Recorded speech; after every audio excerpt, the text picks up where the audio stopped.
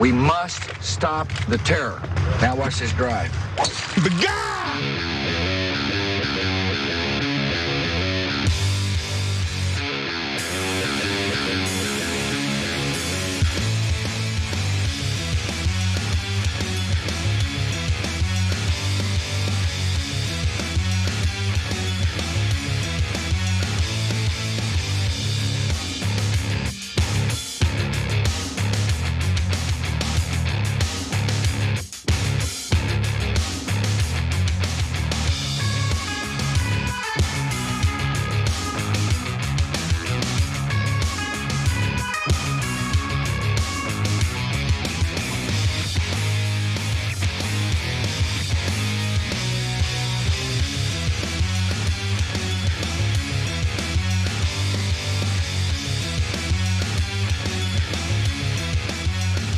Well, the Young Turks, Cenk, Anna Kasparin with you guys. Hell of a show for you guys tonight. Really interesting developments that you might not have heard in the Graham Platner story and the Mitch McConnell story. Is he even alive? I mean, what an amazing circumstance that we find ourselves in, where we can't trust anyone in government or anyone in media, and we have to wonder whether prominent senators are even alive. Okay, and speaking of people who are alive or not, unfortunately, we do have tragic news in that the war has restarted. We're going to get to that in a second. But also on tonight's show, John Kiriakou, former CIA officer, will join us. That should be a very interesting interview. He apparently thinks that I hate him. As far as I know, that's not true. So buckle up. Fascinating interview today. How are you feeling, Casper? I'm feeling okay. It's I have a little bit of senioritis, meaning it's my last day before I go away for a week. So let's get the show on the road. Let's do it. You crazy? All right, let's go to the first story. So what you're watching here is footage of US strikes on Iran that were carried out on July 8th. By the time we're going live now, the US has struck Iran 170 times in the last 2 days. So the war is definitively back on. And Iran is also striking us in Jordan and many other countries where we have bases. And of course, the Israelis are thrilled about what's happening. More war! They're psyched, and obviously it's a disaster for us, Iran, and the rest of the world. Anna has more facts. I sure do. And in fact, Israel isn't satisfied with simply going to war with Iran and having multiple theaters of war in the Middle East. They're of course still talking about the likelihood of going to war against Turkey, but let's focus on Iran for the purposes of this discussion, because there was some confusion today following strikes that were seen in Chabahar in southern Iran. And at first, the thinking was, well, the United States has reignited this war, so those are US strikes. But it turns out that the United States came out and said, actually, no, those were not our strikes. Then Israeli media confirmed that these bombings were carried out by Kuwait and Bahrain, meaning that some of our Gulf allies have decided to retaliate against Iran, even though Iran has been striking US military bases inside these countries. There were also some strikes in Avas, which is the capital of Iran's oil-producing province. And so the strikes that have been carried out by the United States this time around appear to be a little more strategic than the seemingly indiscriminate bombing the US was engaged in at the very beginning of this war. As for Israel, Dropsite News is reporting that Israeli Prime Minister Benjamin Netanyahu said the war with Iran is, quote, not over, while Defense Minister Israel Katz said Israel is prepared to strike Iran again with even greater force if it deems it necessary. Katz said the Israeli military is prepared to resume fighting to regain air superiority and strike Iran again, including a third time if necessary, adding the campaign is not over.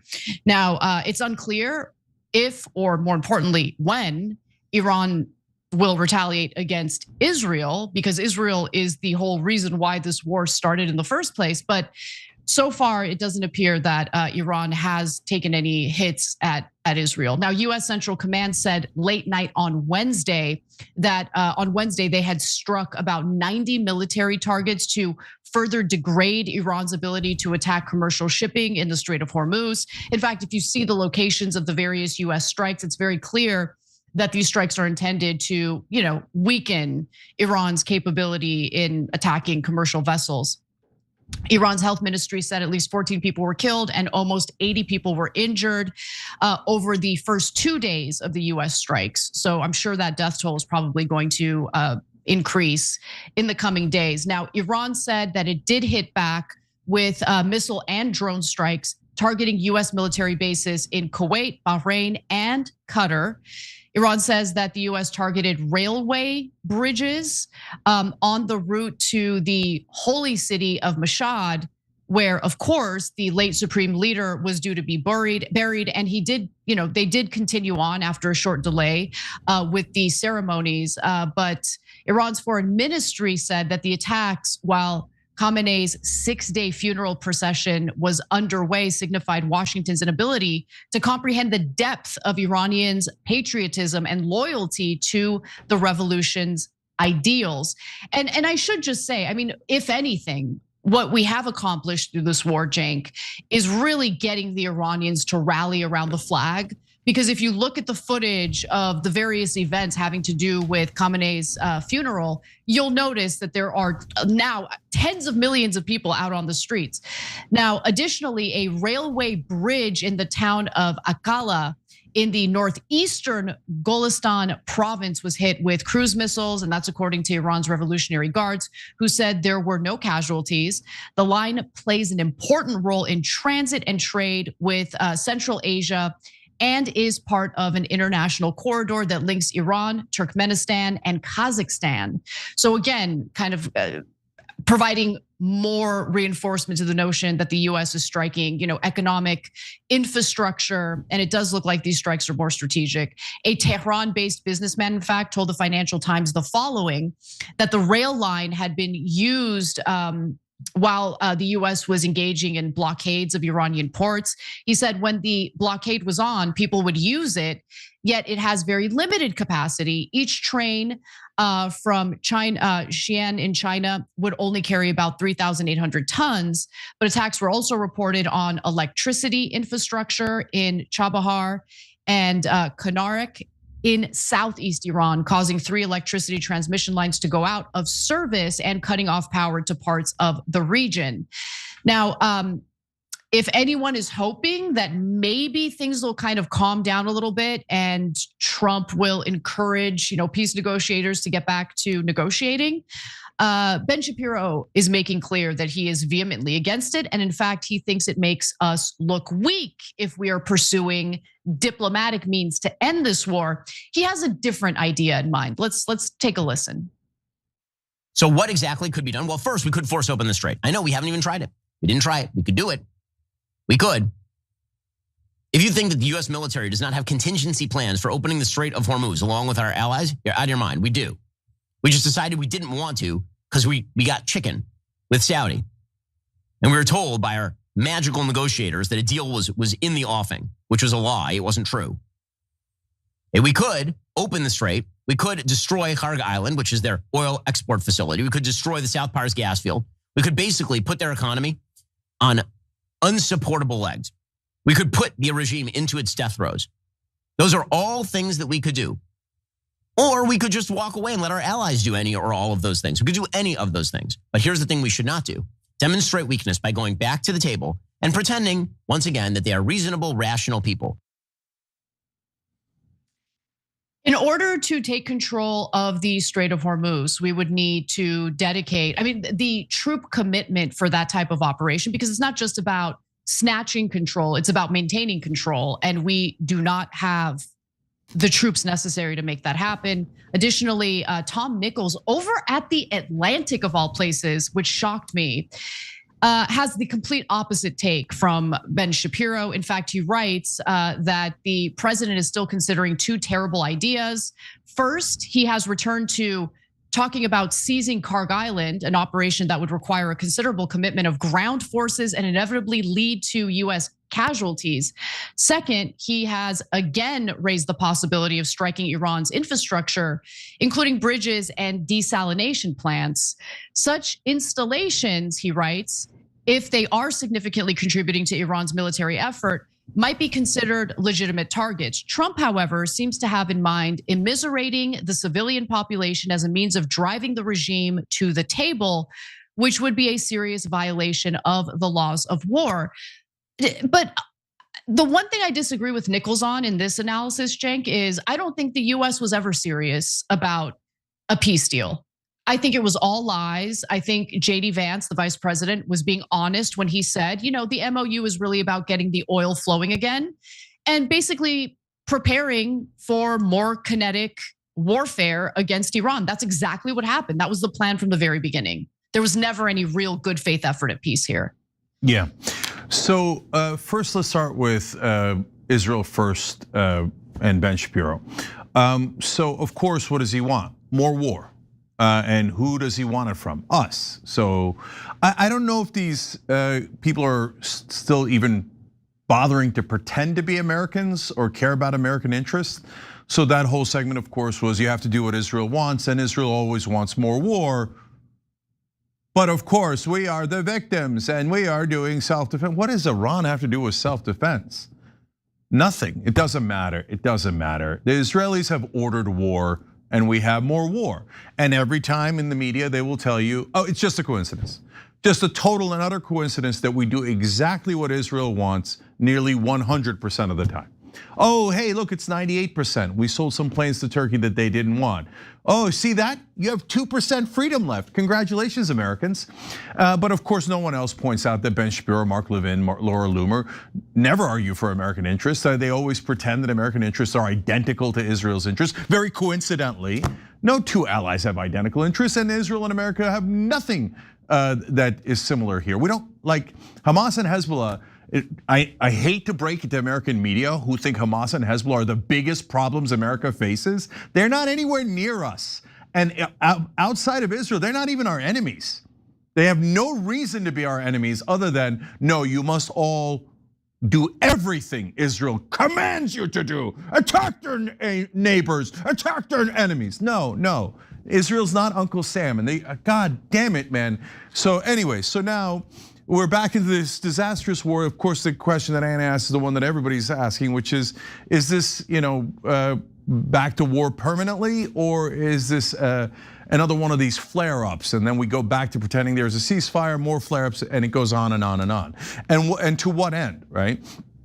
So if we want to deal with the Iranians, we already have the outline for a deal. Just do the damn deal. Do the damn deal, right? But no, must obey, must kneel to a foreign government. So in this case, there's two different issues. One is the Omani route, and that's the route that some of the ships were taking that Iran has not authorized. So Iran hits them on the Omani route. I don't know if they should have hit them or not hit them. That's not my business, okay? And so if you want to be pissed about that and so that's a violation of the ceasefire, fine. At the same time, we have been violating the ceasefire nonstop because part of the MOU is that Israel must withdraw from Lebanon. And Israel has already said, we're never going to do that. We're going to steal southern Lebanon for greater Israel, right? So, and if you think I'm exaggerating, no, Israel Katz, many other ministers in their cabinet and in Netanyahu said they are not withdrawing. They're not going to withdraw during the so-called ceasefire. They're not going to withdraw afterwards. And very likely, based on their statements, they are never going to withdraw because this is all about land expansion for an obviously fascist empire in the middle of the Middle East with weapons of mass destruction that is a huge danger to the world. But this time we're on the fascist side, and it breaks my heart as an American. We should not be on the side of darkness and the ones that are invading and attacking all of their neighbors and taking their land. So, but we have to do all their dirty work for them because everybody in Washington says, if you don't serve Israel, you're an anti-Semite and your life should be destroyed and pulverized. So now, we've got more people involved in this war. They hit the northern railways. So there's a couple of possibilities as to why I hit the northern railways. One is the economic reasons. The other is, well, the funeral procession was going to go in that area, and a lot of the other countries in the Gulf are Sunni, and Iran is Shiite. So maybe they want to send a message, oh yeah, we don't respect your grand Ayatollah that's the head of the Shiite sect of Islam. Shiites and Sunnis have been fighting for literally over 1,000 years. So that could have something to do with it. But overall, we're right back in the soup, right back in the mess. 170 bombs bombing runs is an enormous amount. That is not a slight tweak.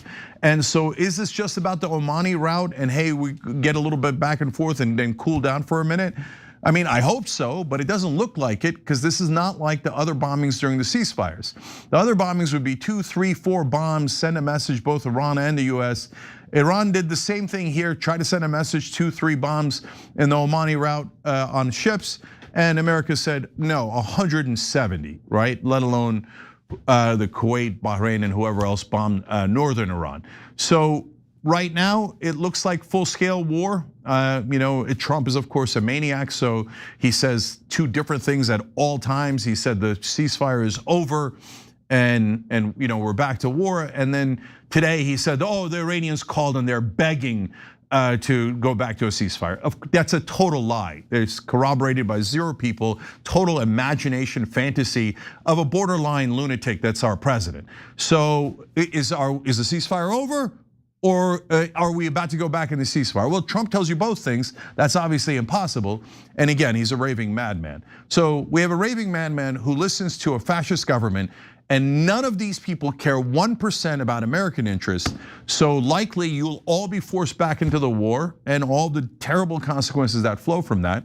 And then later they'll pretend that it had nothing to do with Israel, and oh golly gee, it's just a coincidence that we follow their orders every single goddamn time.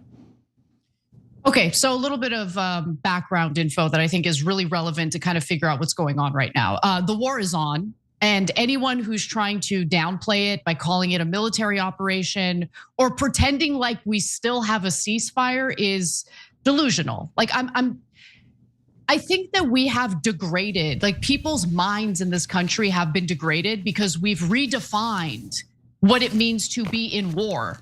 What we're experiencing right now is a war. Okay. Iran did not violate any MOU. Okay, they didn't. The MOU makes clear that they will maintain control of the Strait of Hormuz.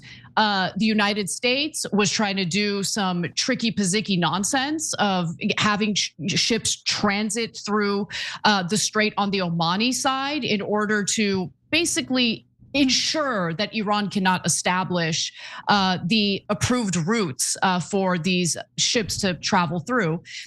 And look, here's the thing. Trump wants the war to end, but he doesn't want to accept the fact that the United States lost. This was a dumb war, which is why every previous administration that was being pressured by Netanyahu to enter this war refused to do so. Every other administration was intelligent enough, and we don't have a lot of intelligent administrations in this country. Let's just keep it 100. But they were smart enough to know if we attack Iran, this is a country that has a far more superior military capability than Iraq did. The landmass is larger, the terrain is more challenging, and they're gonna shut down the Strait of Hormuz. We're not gonna do it. But Trump was stupid enough to do it. Now, why? Well, because he has morons in his ear who play him like a fiddle. And so Alex Ward over on X reported the following. Israel shared new intelligence with the US that it said indicated a fresh Iranian plan to kill President Trump. People familiar with the matter said. Iran for years has vowed openly to retaliate against Trump for the assassination of Qasem Soleimani. So basically you have the Israelis in Trump's ear, and Netanyahu has done this before. He did a press tour where he purported that the Iranians have an active plot to assassinate Trump. Well, he was just in Trump's ear again. And this is what happens with Trump. He makes decisions on the fly. He's unhinged. And now we find ourselves in another war, or the war reigniting. And the global economy is going to crash, Cenk. Like, that's the big issue here. Okay, the Iranians, they win simply by surviving. And time is on their side. Everyone knows that. The longer this war goes on, the longer the Strait of Hormuz is closed, the worse it's going to be for the global economy. Yeah. And to get things flowing again, you don't just snap your fingers and it happens. Let's say the war ends today. It's still gonna take months for things to normalize in the Strait, which is why it was so incredibly important to end the war immediately. But no, we're back on. And so Israel, you're right, ecstatic. They've been wanting this, but the global community is going to be furious with Israel because everyone knows that this war began thanks to Israel. And what's Israel gonna do? Oh, you guys are just a bunch of Jew haters. It's not that we've destroyed the world with our bloodlust and absolute, desire for endless conflict. Yeah, so look, I'm done trying to prevent it. I tried my hardest, we all tried our hardest. And before the first war, before the second war, before the reigniting the third portion of the war, but Israel totally controls Washington. So there's nothing we can do, guys. It doesn't matter even if you all voted against incumbents tomorrow, there's not enough primaries left. They beat Thomas Massie, so that means that the Republicans 100% serve Israel. The Democrats are now panicking a little bit because they're beginning to lose their elections for serving Israel. But it's too late. Whatever the consequences are going to be, it's going to happen.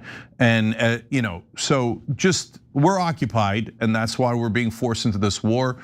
And they could cry about it all day long. I don't care about them at all. Everybody in Washington is a bunch of liars that constantly try to manipulate you into believing that we're not occupied by Israel when it's the most obvious fact in the world. And one of the consequences that's going to happen, to Anna's point, is that our media can keep trying to brainwash people like a bunch of obvious propagandists, but our cable news doesn't go to the rest of the world. And the rest of the world can see things super clearly. Yeah, there's tons of Israeli propaganda in some of the European countries and Western countries as well. But it's not as thick as it is here, and in the rest of the world, it barely exists. So no, everybody knows this war is 100% for Israel. The only people that don't believe that are people who are brainwashed by our Israeli media in this country, pretending to be American media.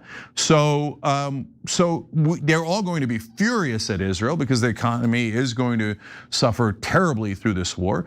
And so let's see where the consequences wind up. I hate it, I don't want it. I don't want there to be any consequences. I don't want there to be any war, but it's baked in now, it's over. And so, and should you be mad at the people who brought you this war? Obviously.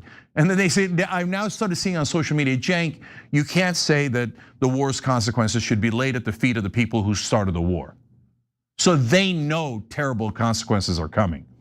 And they don't want it blamed on the people who started it. Who started it? American politicians who are disgustingly corrupt and are traitors to this country.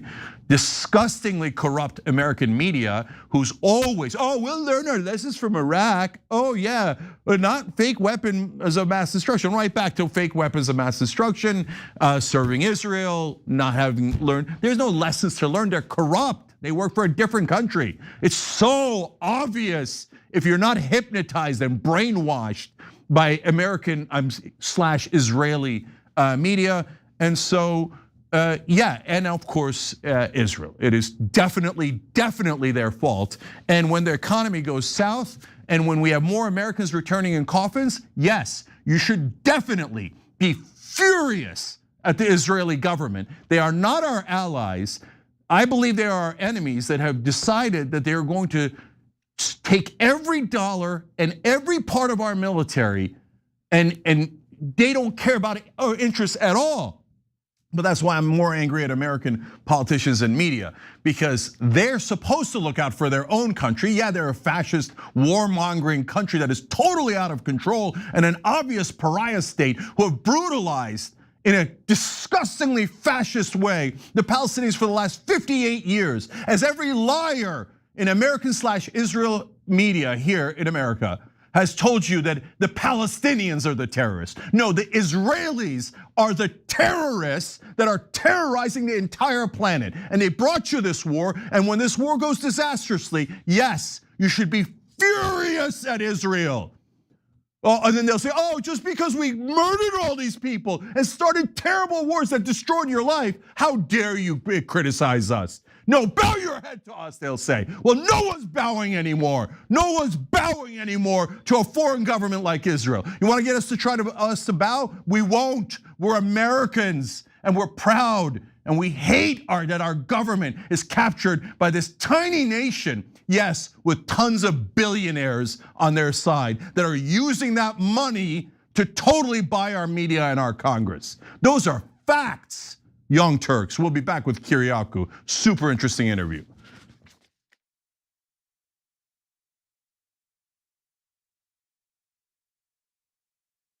All I ask of you going forward is keep fighting forward, okay? But we don't fight with arms and physical and any of that, right? We fight with love, we fight with peace, we fight with hope and belief and faith in one another.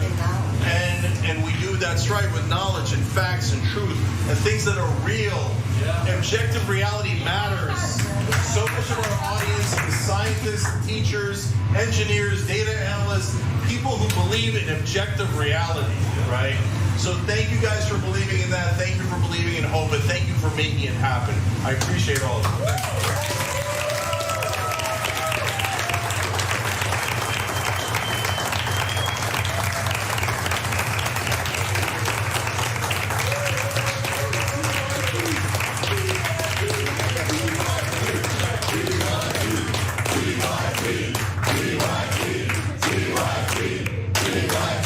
I really love what y'all do on the Young Turks, man, and it's a very refreshing, voice.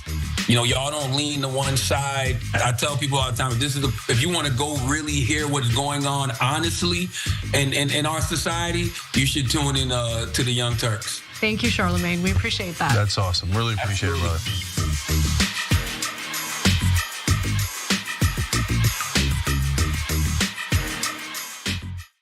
In the bonus episode for members, we do things that are really productive and healthy and good for you, like fruit. Just kidding. We get the inside scoop. Ice cream cam!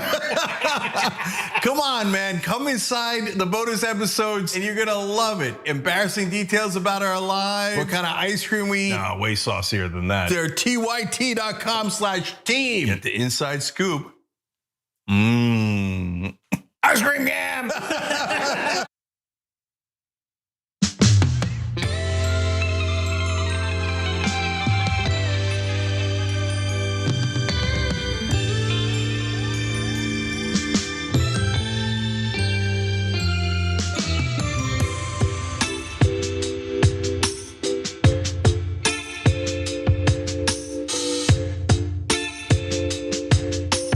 All right, back on TYT, Cenk and Anna with you guys. Let's go to our interview now. Joining us now is John Kiriakou. He's a former CIA officer and a whistleblower who blew the whistle on torture that we were doing inside the government and has won several awards, including Counterterrorism Service Medal Meritorious Honor Award, CIA Exceptional Performance Award, CIA Sustained Superior Performance Award, and has a number of books out. John, welcome to the show. Thank you so much, Cenk. You and I have never had a chance to actually meet, and you did me a solid many years ago by talking about my very first smuggled out letter from prison. You read it on the air, and I've always been very appreciative.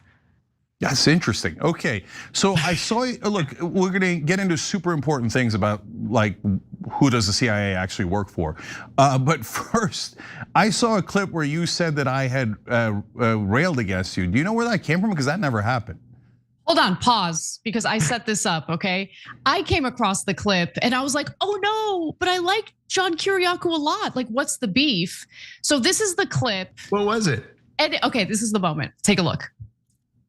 Hassan Piker's mother's maiden name is Uyghur, and I wondered if he was related to Cenk Uyghur. Michael Gardner's telling us that he's Cenk Uyghur's nephew. It's funny, Cenk Uyghur has never really been a friend of mine either. The second thing I ever did that got wide press coverage after blowing the whistle, it was my open letter to my supporters from prison that became my first letter from Loretto. That's when Jake Tapper came to the prison to interview me.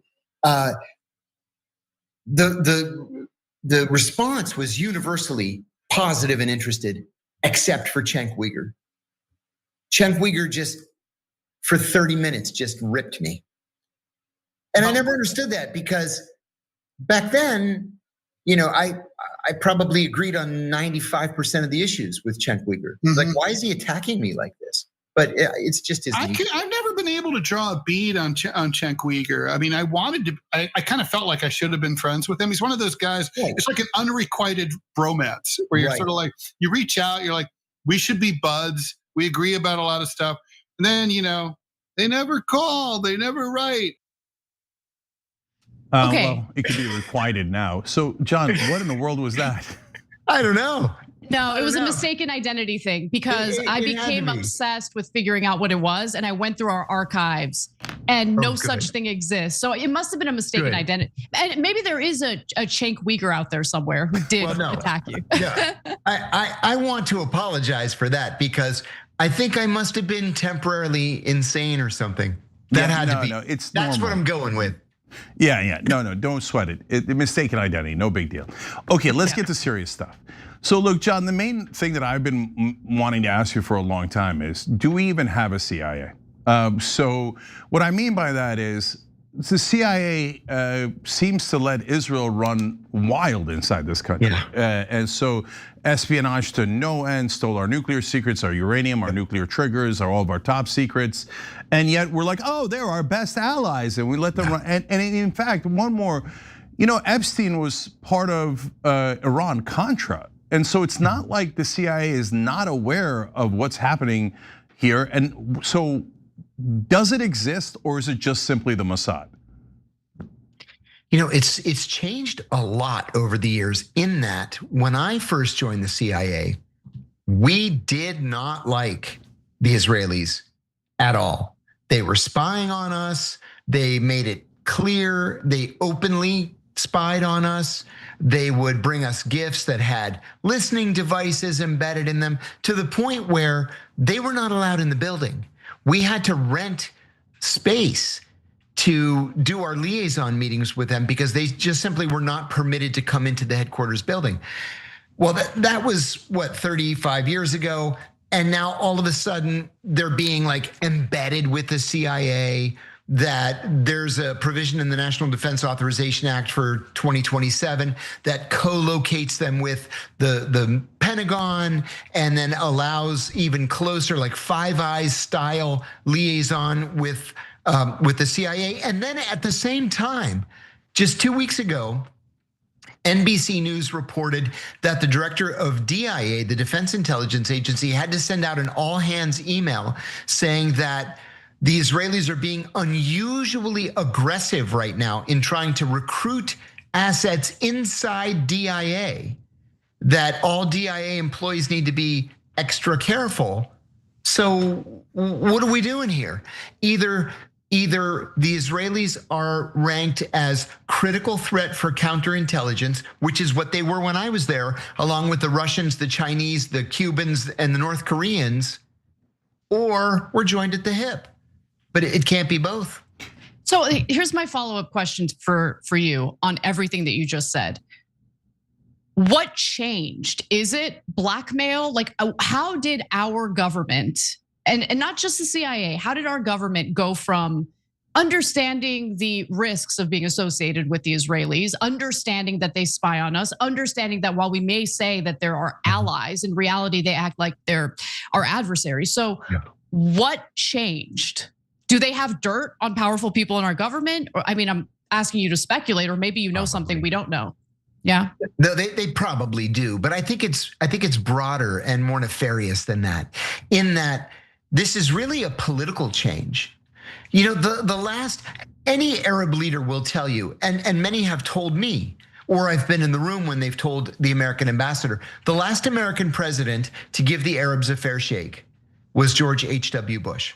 The last one. They loved George H.W. Bush, they loved Kennedy, and they loved Eisenhower. And everybody else has been a Zionist in terms of policy. Well, we've had a string of Zionist presidents, and they just keep, the Israelis keep chipping away little by little by little, not just in the White House, but on Capitol Hill, through AIPAC, and they've gotten us to the point where if you disagree, not just with Israeli policy, if you disagree with Benjamin Netanyahu as a person, you are labeled as anti-Semitic.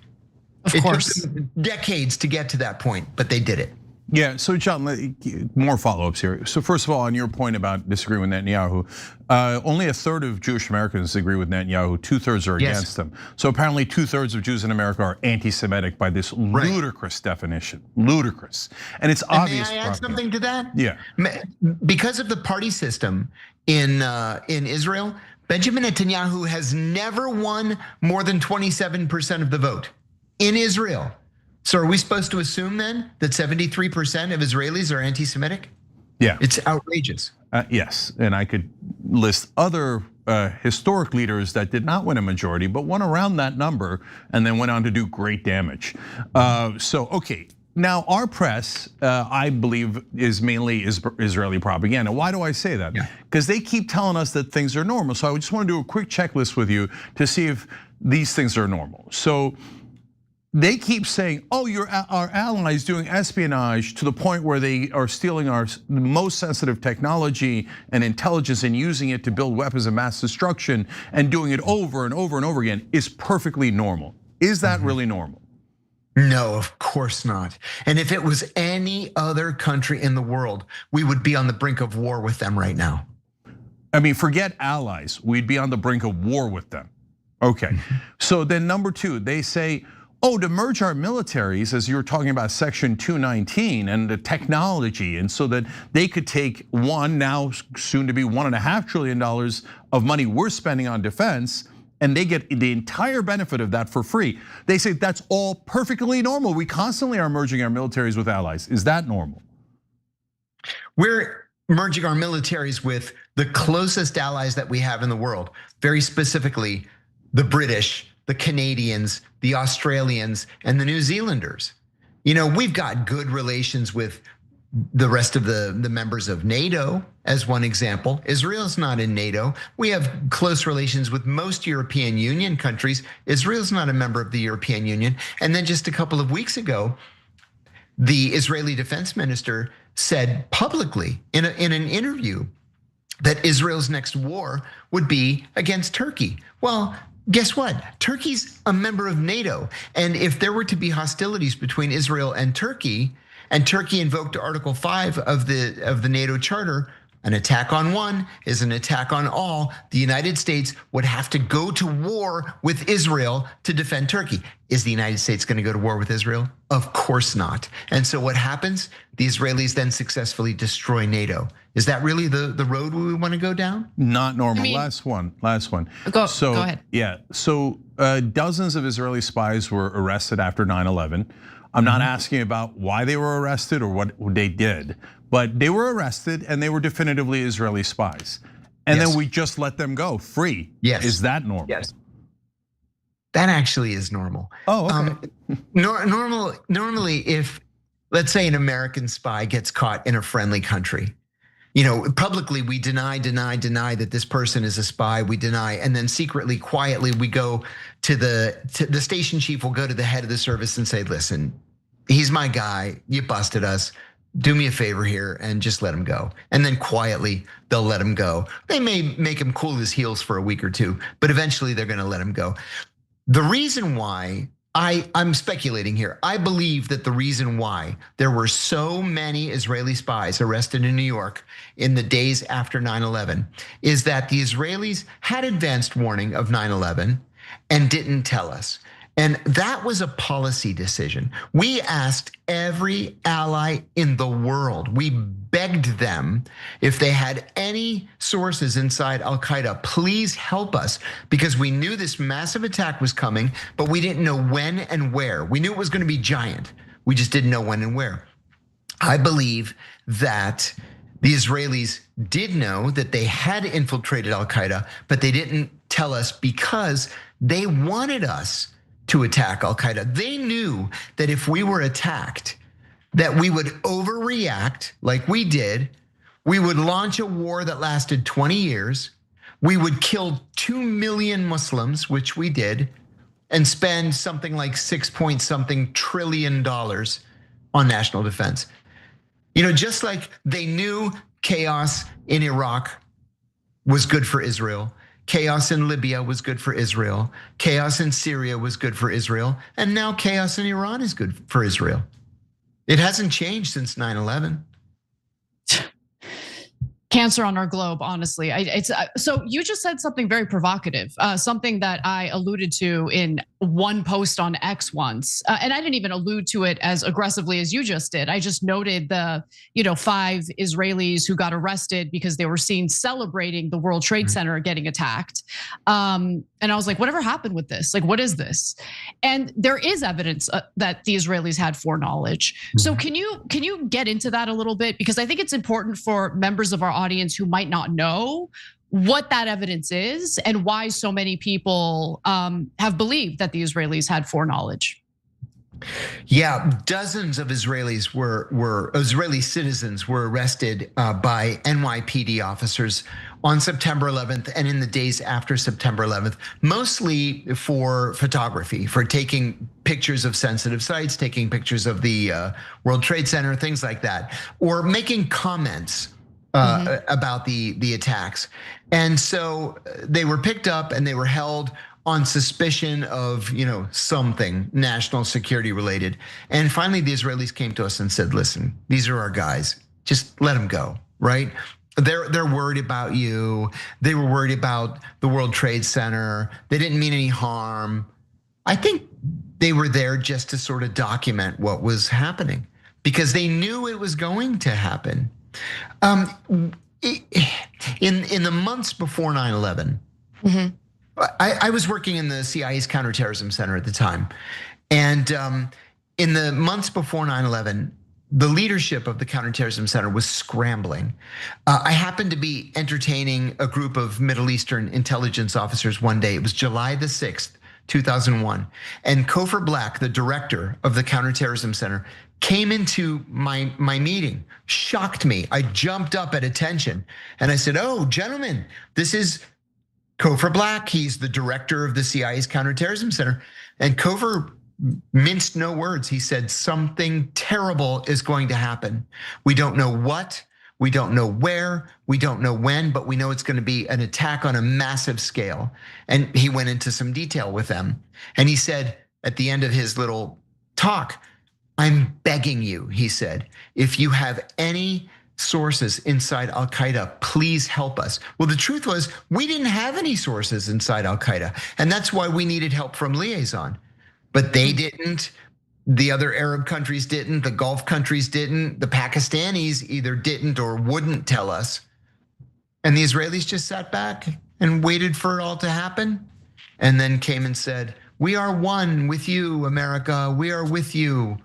Well, they knew exactly what was going to happen. Yeah. And then 8 years later, under Obama, we began arming Al-Qaeda terrorists in Syria. That's right. That's exactly right. Yeah, that's exactly right.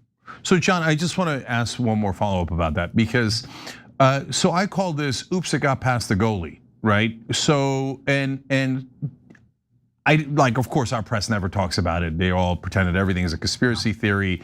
I believe that the phrase conspiracy theory was actually concocted after the Kennedy shooting to just call everything that was against the official government position a crazy lunatic thing to believe, et cetera. But okay, so, but I could never square, well, if there was a conspiracy and there was, did they really kill all the people on the planes and how did they get the Arabs to do the thing that they wanted, blah, blah, blah.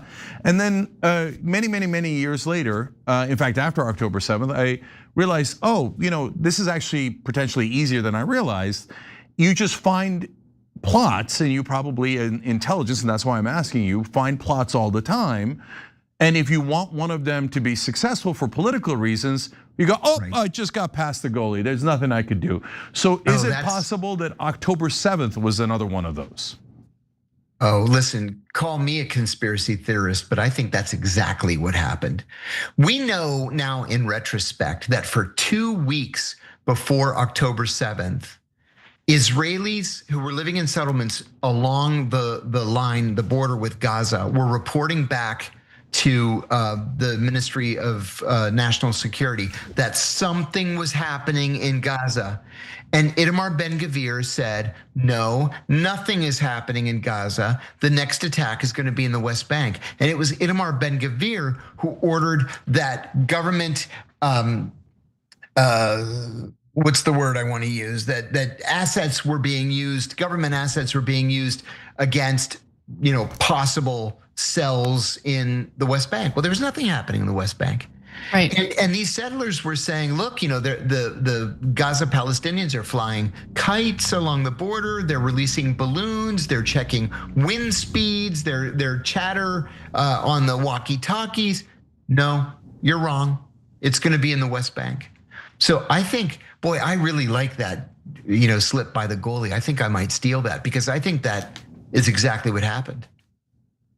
Yeah, I mean, and the fact that it took 6 hours for the IDF to respond, and just fast forwarding to the moment that we're in now, I just can't get over the incredibly weak and pathetic arguments that are being made by individuals who have been corrupted with money from the Israel lobby, essentially arguing that we must merge our militaries.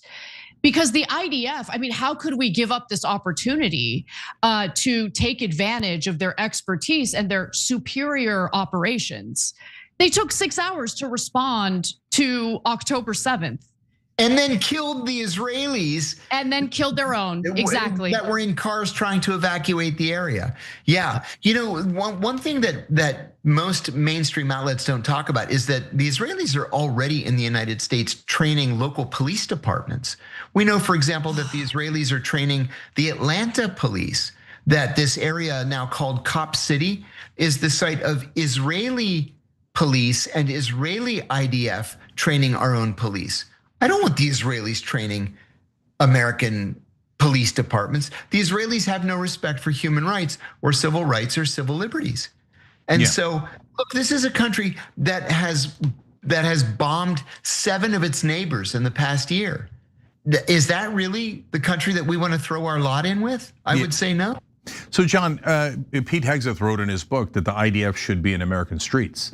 So there's so many Israeli assets inside our government that it's unbelievable. So, okay, which brings me back to Section 219. So you mentioned it earlier, it used to be called Section 224, now it's 219 going into the National Defense Authorization Act. They tried it with no vote before, now there's more of a uprising against it. Of course, as usual, Ro Khanna, Tom Massey leading the charge against it. And as usual, 94% of Congress saying, no, we serve Israel loyally. So tell us about the dangers of merging our technology with Israel's and why this should be completely unacceptable to the American people. You know what, Cenk, I'll start back from my very first week in the CIA, January of 1990. That first week, you just sit in the auditorium and you get briefing after briefing after briefing from, the director comes and congratulates you. Then you hear from the head of HR and the head of health insurance and the head of life insurance and the director of security. And the director of security gave us a couple of kind of real life day-to-day pointers. Don't ever eat in this steakhouse down the street from the CIA because the KGB thinks we all eat there and every table is taken by KGB, for example. I've never been in there. But another thing he said, and this is dated, it's 1990, but I would venture to say that it's worse today than it was in 1990. He said that there were 2 official Israeli intelligence representatives in Washington. This was at the Israeli embassy in Washington. It was one person from Mossad and one person from Shin Bet, okay? And they carry out liaison. But the FBI was able to identify 187 Israeli spies spread out all across America, mostly infiltrating American defense contractors to steal our secrets. It didn't end with the arrest of Jonathan Pollard. And he said, Israel is critical threat for counterintelligence, along with Russia, China, Cuba, and North Korea. And I think Iran may have been on the list at the time too. And Israel. And I'll give you another example. When we came up with this ill-advised F-35, the Israelis came to us first and said, we want the F-35. And we said, great, we're gonna give you the F-35. We're gonna slightly degrade the avionics because God forbid one gets shot down and the Russians or the Chinese, get it in Syria or Iran or whatever. So we're gonna call it the F-35I, I for Israel. The Israelis said, no, we want your F-35. We don't want any I with degraded avionics. At the same time, the Emiratis came to us and they said, we want this new F-35. And we said, great, we'll give you the F-35 with slightly degraded avionics because God forbid one should be shot down and the Russians or the Chinese, the Iranians get it. We're gonna call it the F-35E for Emirates. The Emirates gladly took the F-35E. The Israelis sent their spies all over the defense sector to steal the avionics, so that when they finally got the F-35I, they could upgrade them on their own. And that's the country that we want side by side with our people in the Pentagon and the CIA and God forbid NSA or DIA, when the director of DIA is warning every single employee that they are unusually aggressive against us right now, the Israeli Mossad. Yeah. And that people have to be extra careful. So that brings me back to what we started with, John, which is the CIA still American?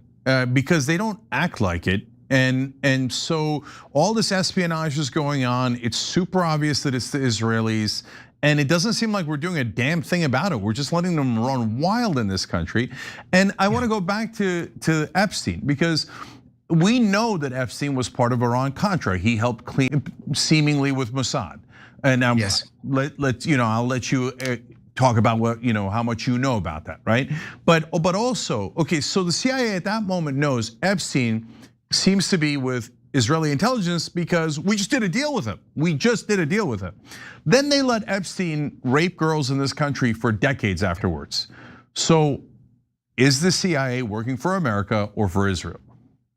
I hate to say this, but the only conclusion that I can draw is that it's working for Israel.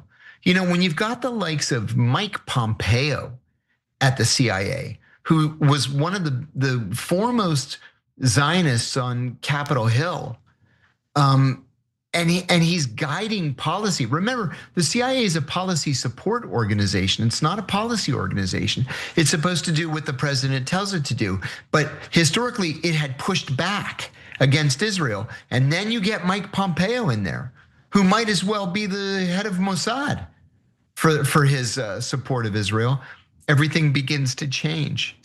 And when you have this constant pressure from Capitol Hill, where practically everybody is taking money from AIPAC, and they're primaried if they don't take money from AIPAC, or if they don't toe the line that AIPAC sets, then you lose that independence, and the next thing you know, you are working for the Israelis.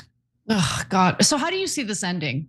Because we don't live in a sovereign country. Under what you just described, we don't live in a sovereign country. And it fills me with rage. And I imagine it fills a lot of Americans with rage. So how does this come to an end? Because eventually American citizens are gonna have enough of this. Yeah. So how do you see this playing out? In one of two ways, really. On the one hand, I've long been accused of being irrationally optimistic about life. And the optimist in me says, well, certainly our elected leaders will come to their senses eventually. But I've got to be realistic, and I just don't think that's gonna happen. Mm-hmm. I don't think that they'll come to their senses because, well, for a couple of reasons. Number one, because if you look at the incremental changes over the last 35 years, every one of those changes has been in support of Israel. Yep. Number one.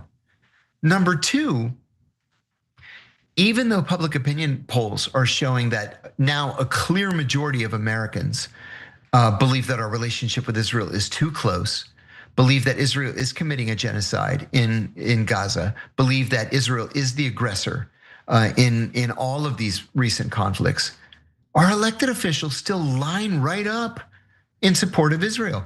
And you've got people like Thomas Massey and Ro Khanna and a small handful of others, Marjorie Taylor Greene, who's now gone, but a small number willing to stand up that number doesn't really grow. So even if, let's say, 77% of Democrats polled say they support the Palestinian side in this conflict, 90% of elected Democrats support the Israelis. And where does that leave us? That leaves us in a place where we don't have a democracy. Yeah, we're an occupied country. So, okay, I now have a random question for you that I've been meaning to ask for a long time, so I want to make sure I get it in here. So, Barack Obama did something unacceptable when he bombed Anwar al-Awlaki. Yes.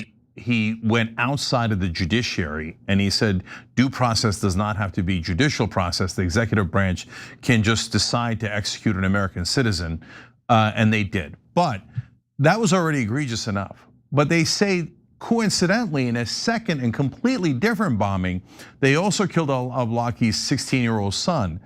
And then, coincidentally, in a third bombing, they killed his 8-year-old daughter. So were those coincidences, or I have a theory on this one, and I'm curious what you think, that maybe Anwar al-Awlaki was working with the CIA, but then he flipped on him, and so he knew things that the CIA didn't want out, and so they wanted to cover all their bases on anyone who might have known. I think that's entirely plausible. I'll tell you, I was one of a very small handful of CIA officers who had actually met Anwar al-Awlaki. I met him when he was the imam of the mosque in Falls Church, Virginia. My Arabic teacher, CIA employee, Arabic teacher, took us there so we could learn some of the vocabulary words associated with Islam. And he gave us a tour of the mosque. He took us to the Arabic language bookstore, and then we went to lunch with him. In 2011, I went to Yemen to do a study. I was the senior investigator on the Senate Foreign Relations Committee at the time, working for John Kerry. And I went to Yemen, and my first meeting on that trip was with the legal attaché, the FBI representative in the American embassy. And I made a joke about, what are you doing sitting here in your office? You should be out looking for Anwar al-Awlaki. And he said, we know where Anwar al-Awlaki is within 3 feet, 24 hours a day. And I stupidly said, so why don't you arrest him? Mm-hmm. Well, because there was never any intention of arresting him.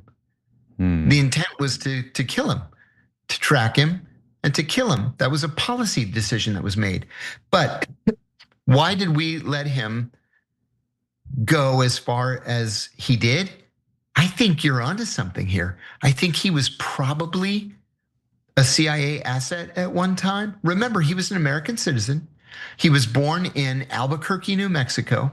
His father was the Yemeni ambassador to the United States at the time, and then went on to become the Yemeni Minister of Agriculture. And I think that he self-radicalized after a while, and they just decided to take him out at a time and place of their choosing. May I add one other thing, Cenk? You raised something that's very important, something I've been yelling about for years. We murdered him without ever charging him with a crime. He had a constitutional right to face his accusers in a court of law and to be judged by a jury of his peers. And we murdered him in cold blood. He had never been charged with a crime.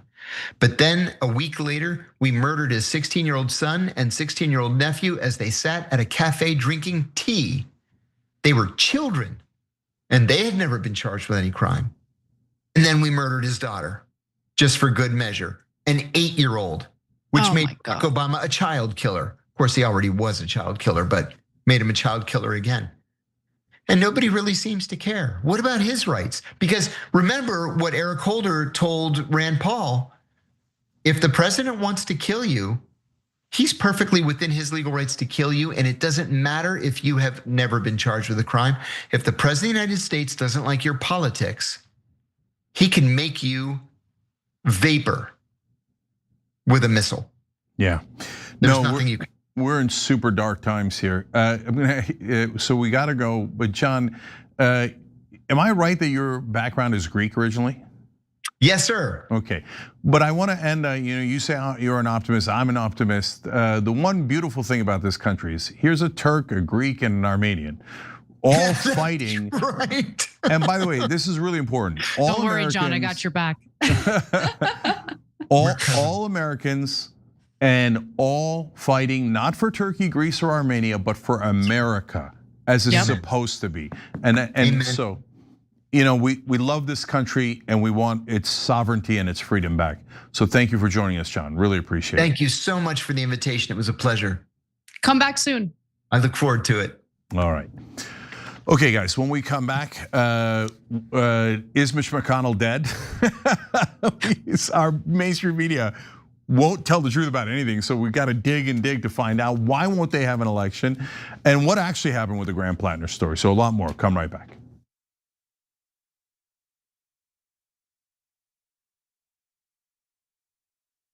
Are you still talking about Jeffrey Epstein? Rich and powerful men abusing, assaulting, and abandoning young women. These rich and powerful men donate to the politicians in Washington, D.C., play golf with the elites in Washington, D.C. They are foreign leaders who we don't want to offend. They interact with our intelligence agencies that we don't want to disobey. There is something rotten in Washington. And are people still talking about this guy, this creep? All those congressmen you just saw there are on the record as protecting the child rapists who were clients of Epstein. They have not prosecuted a single person outside of Epstein and Maxwell. Yep. Not one. Is Trump engaging in this cover-up because he's in the Epstein files? I don't understand why the Jeffrey Epstein case would be of interest to anybody. It's pretty boring stuff. So as the government keeps telling us, yeah, there's other people. Yeah, they raped those girls. So what? We're gonna cover up for them. But why are you guys so mad? A nation that chooses impunity for the rich and the powerful at the expense of our children is a nation that has lost its moral purpose. Are you on the side of the people? Are you on the side of America's children? Or are you on the side of the rich and powerful who've had their thumb on the scales and shafted Americans for decades?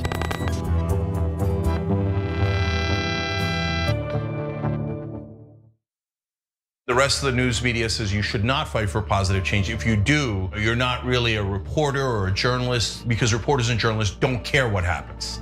I don't agree. That's not written anywhere. That's not a law. It's just a rule that they invented so that reporters didn't actually challenge the people that are in power. Well, we don't agree with that. We think we should challenge the people in power, that actually makes you a better journalist, not a worse one.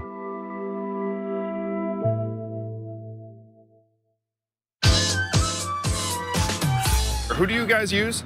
We have AT&T. And how much do you pay per month? $345, and that includes a company discount. How many people? 5 phones. $70 a line, right?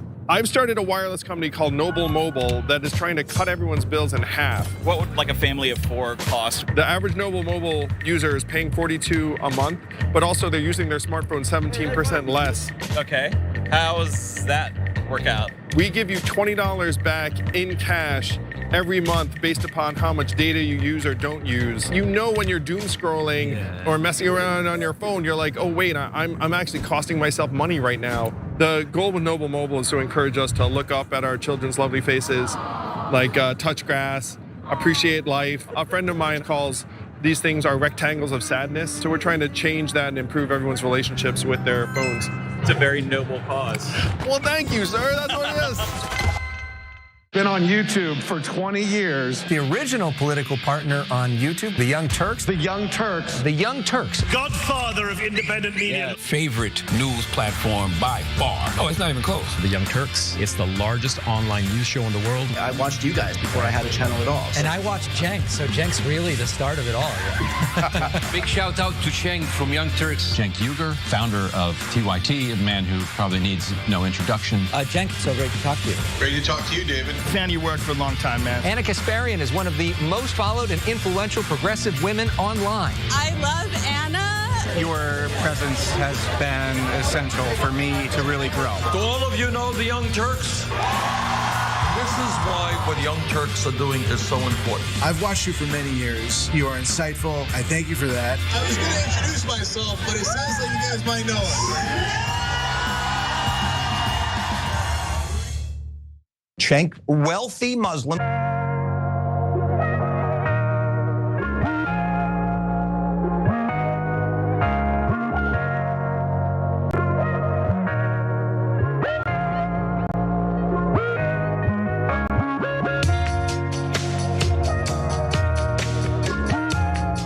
back on TYT. Cenk and Anna with you guys, but also Gino from Pittsburgh and Hold That Thing. Thank you for joining through tyt.com/join. That makes huge difference to us. tyt.com/join, and all these beautiful people who join through the join button on YouTube.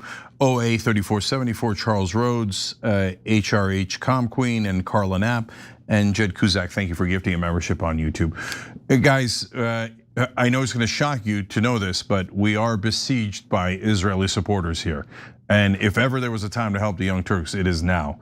So if you can do a donation or become a member through tyt.com/join, that makes a big difference, or hit the join button below on YouTube. All right, let's go to the next story. We believe that for the movement to continue,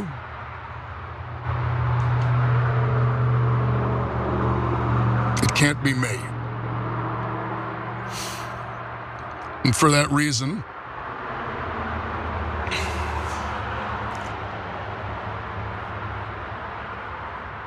we are suspending campaign operations. That was Graham Platner suspending his campaign in Maine, but did he? Because there's a big question as to whether his name is going to stay on the ballot or not, and what actually happened with Graham Platner. You're going to hear some developments here that you probably have not heard elsewhere that are an amazing and important additions to the latest story about Graham Platner. And then what in the world are we going to do next? So a lot to discuss here. Anna, tell us all about it. Yes, well, for those who might have missed the story, let me just give you a little context and I'll give you the latest developments. Now, his decision to drop out of the race, of course, has to do with the Politico article that came out recently, where a woman by the name of Jenny Rasicot had accused Platner of forcibly raping her in her own home. Now, the Politico piece omitted some details, and apparently there's this assumption that the American people don't need to know about certain details. You know, that Politico gets to decide which text exchanges they share with us, and we'll get to that in just a minute. But the way the piece was written made it seem as though, or made the reader believe that, you know, Platner like broke into her home and then forcibly raped her.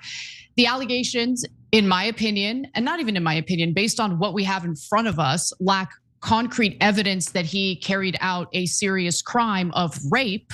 But Rasicot had deleted all communications that she had with Platner in the wake of the alleged assault. Politico cites the following as corroborating evidence: Facebook messages that she shared with a friend, where Rasicot describes Platner as consensually careless, and then proceeds to spend most of her time complaining about how she thinks he might have slept with a lot of women. A disclosure to another friend whom she spoke to about the incident at the start of Platner's campaign. A man that she dated after Platner, who said that she had divulged bits and pieces of what had allegedly happened.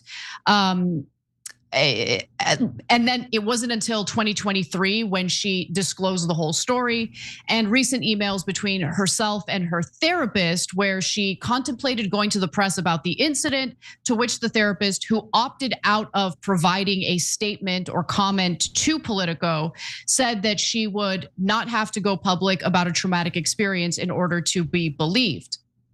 Now, Rasicot was connected to Politico through a woman by the name of Cheyenne Hunt, and that's a 29-year-old attorney and former Platner supporter who founded an organization known as Reckoning Action.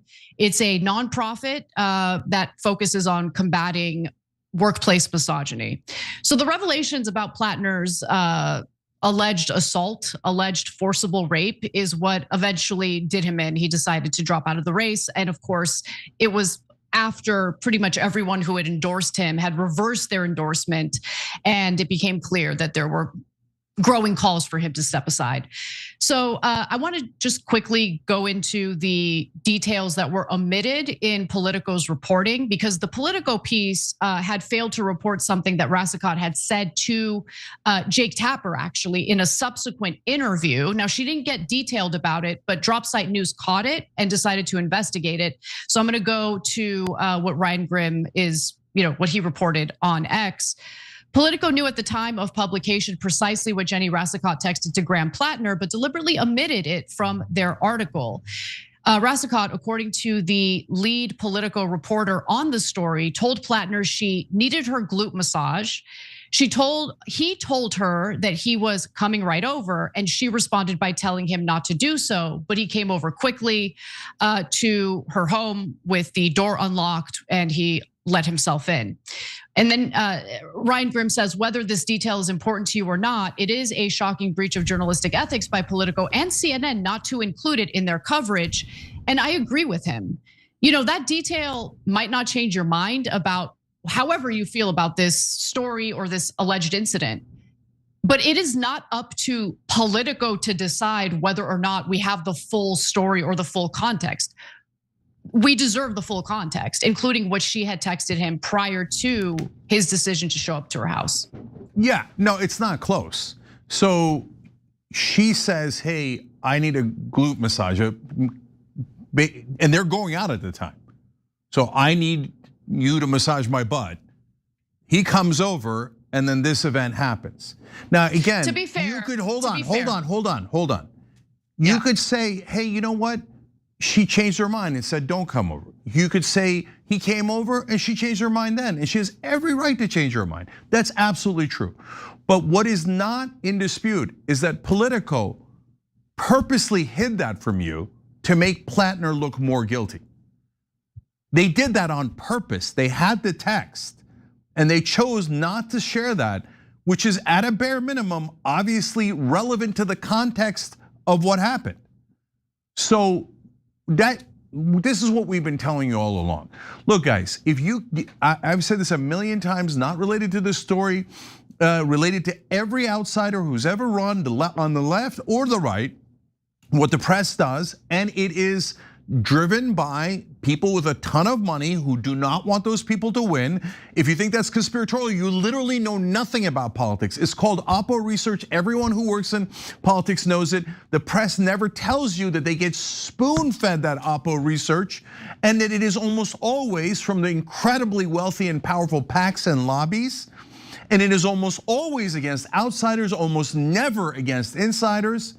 And so in this case, Matt Stoller, which we'll get back to in a second, listed the top donors for the Maine Democrats, and it is filled with people who are in favor of corporate PACs and especially, of course, AIPAC. But Politico doesn't tell you that either. They don't tell you where they got the Oppo research. They don't tell you why they're hiding critical facts about the case. And neither did any of the other outlets that have attacked and attacked and attacked and attacked. And so why did they call every girlfriend Graham Platner has ever had? That was the New York Times. But they called every girlfriend Adam Schiff has ever had? Or Marco Rubio or Ted Cruz? No, those are good boys and girls. They serve the powerful, they serve the donor class. So they are not to be touched. But if you got someone who will not serve the donor class, then the objective reporters go and try to destroy them on behalf of the rich and powerful. And as you can see from the Politico piece, they don't mind lying to you. They don't mind shredding their so-called journalistic practices, which amazingly Mika Brzezinski did a great job of explaining when the Politico reporter was on Morning Joe the other day, and we showed that to you. So they're liars. They don't have any principles. They're not journalists. Their job is to destroy any outsider that would challenge power. Yeah, I don't find these allegations credible. Sorry. Forcible rape is something that you would want to either fight or flee from. And just the way she tells the story, how do you stay in your house after the man who forcibly raped you falls asleep? Wouldn't you want to flee your home? And I know, Anna, you don't know how you would react if it happened to you. I would get the F out of there. You actually would know how you would react. You were assaulted once, and you were furious about it, right? And would you have invited that guy over for a cup of tea? No. Okay, so anyways, look, but this is super important, guys. We don't need to judge the women involved, and that's their personal lives, and they have different interpretations. I don't begrudge them anything, okay? I care about how does the media treat the different candidates. And are they being honest with you guys, or are they purposely targeting people and trying to destroy them? And that's why they dig and dig and dig, and the other guys get a free pass. What have they uncovered about Susan Collins? Nothing, right? Why? Because no one's trying to uncover anything about Susan Collins. They're not targeting her. They only target one side. And by the way, if he's replaced by a corporate Democrat, which is what we'll move on to next, they won't target that person either. They only target outsiders who will not serve power. Yeah, okay, so let's get to some more details. So Platner maintains that the allegations are false. He says that he's totally innocent and that there was no non-consensual sexual activity. Now, he had won a decisive victory earlier with the primary against Collins. So Platner, who had won that primary, has asked for assurances from the Democratic Party that they will, I mean, who cares? At this point, who cares? We're not gonna win anything electorally. We're just not, we're not. And the very progressives, the very leftists who claim that they want real change in this country immediately run away at the first sign of controversy. So make a decision. Is this like a cute little like cosplay thing that we're doing, or do you actually want change? Okay, so if you're, by the way, I didn't even really like Platner all that much as a candidate, to be honest with you, to be fair. So I wasn't one of his vociferous defenders, but I don't like the fact that we're normalizing just making forcible rape allegations against someone to destroy their political candidacy. And then what happens next? I mean, this wasn't adjudicated in a court of law. He was never found guilty of doing anything wrong. So, but it doesn't matter because how this plays out, whether he did it or didn't do it, he looks guilty. And this will follow him around forever for the rest of his life when he hasn't even seen a single day in court. How is that okay? Yeah. How is that okay? And so, and by the way, there's extra layers to it. So he does that 11-minute video where he basically withdraws from the race. I'll get to the nuance in a second. And everyone in media all over cable news is like, not good enough. He should have confessed. Well, he says he didn't do it. No, he should say that he did it. But he thinks he didn't do it. No, he should say what we want. And he should just punch himself in the face and he should confess to things that we've accused him of. Well, what is it? And then of course they went to, now smear everyone who supported him. That's it, they're all guilty. No, we're not gonna do any of that. Now let's find out who is guilty. I wanna go forward to graphics 5 and 6 here. So Matt Stoller, longtime progressive, and he got heat in the same ways that we do for saying that there's nuance in this story and exactly in the ways that he said it has nuance. And people are like, no, you can't do nuance. You have to be an idiot and you have to be binary and you have to destroy everyone in the establishment's path. He's like, really?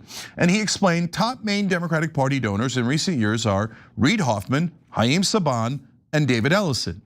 David Ellison, as in the Trump ally who fired Stephen Colbert and is taking over TikTok, CBS News, and CNN.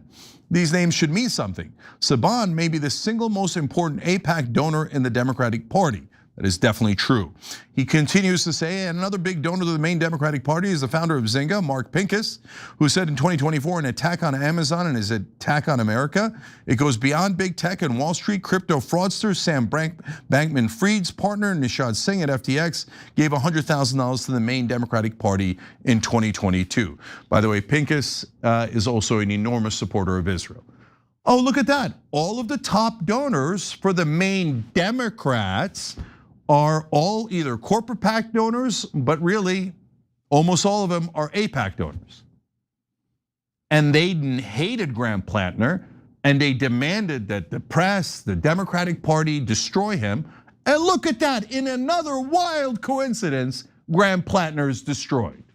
Okay, so if you still think these are coincidences, you're not very bright.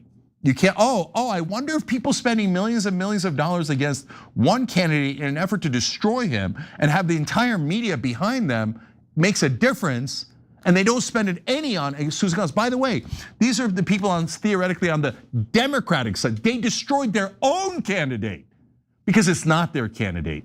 They don't care if Democrats win or Republicans win. They only care if Israel wins. Why do you think they fund both parties? This is not rocket science. It is crystal clear what happened. And so now they're gonna have a nominating convention in Maine, Anna. And guess who's gonna decide who the new nominee is? 600 Maine Democratic insiders. The same people funded by the AIPAC and corporate PAC guys I just named you. Of course. Yeah. So I'm not surprised. Of course it played out this way. But we're the bad guys for questioning the credibility of these allegations that we haven't seen a shred of concrete evidence to back up. So we are to believe that there is a man who forcibly raped a woman on the loose, just on the loose. Yeah. Okay. And by the way, he is not formally filed yet, and people are getting antsy about that. They're like, you only got 70% of the vote. You got to get out right now, okay?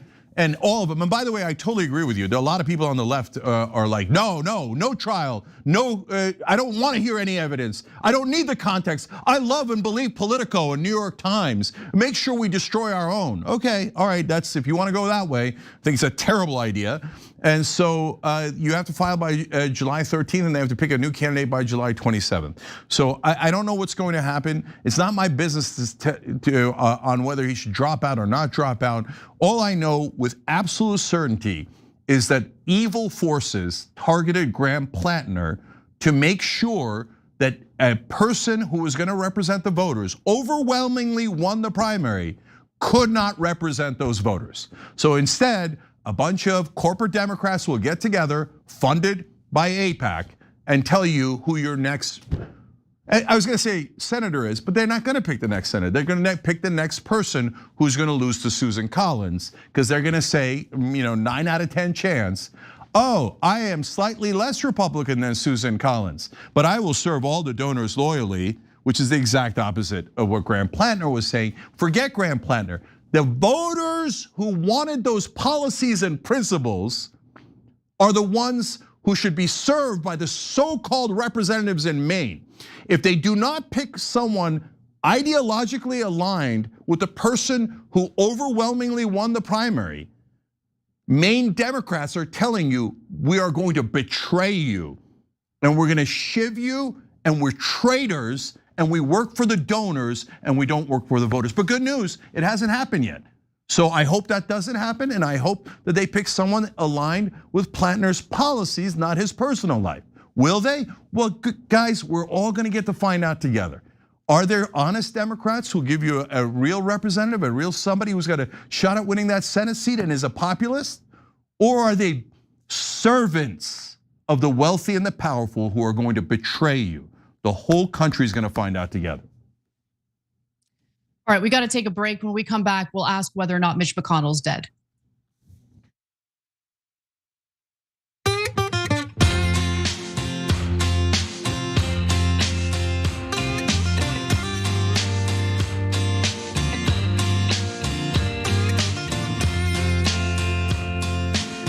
All right.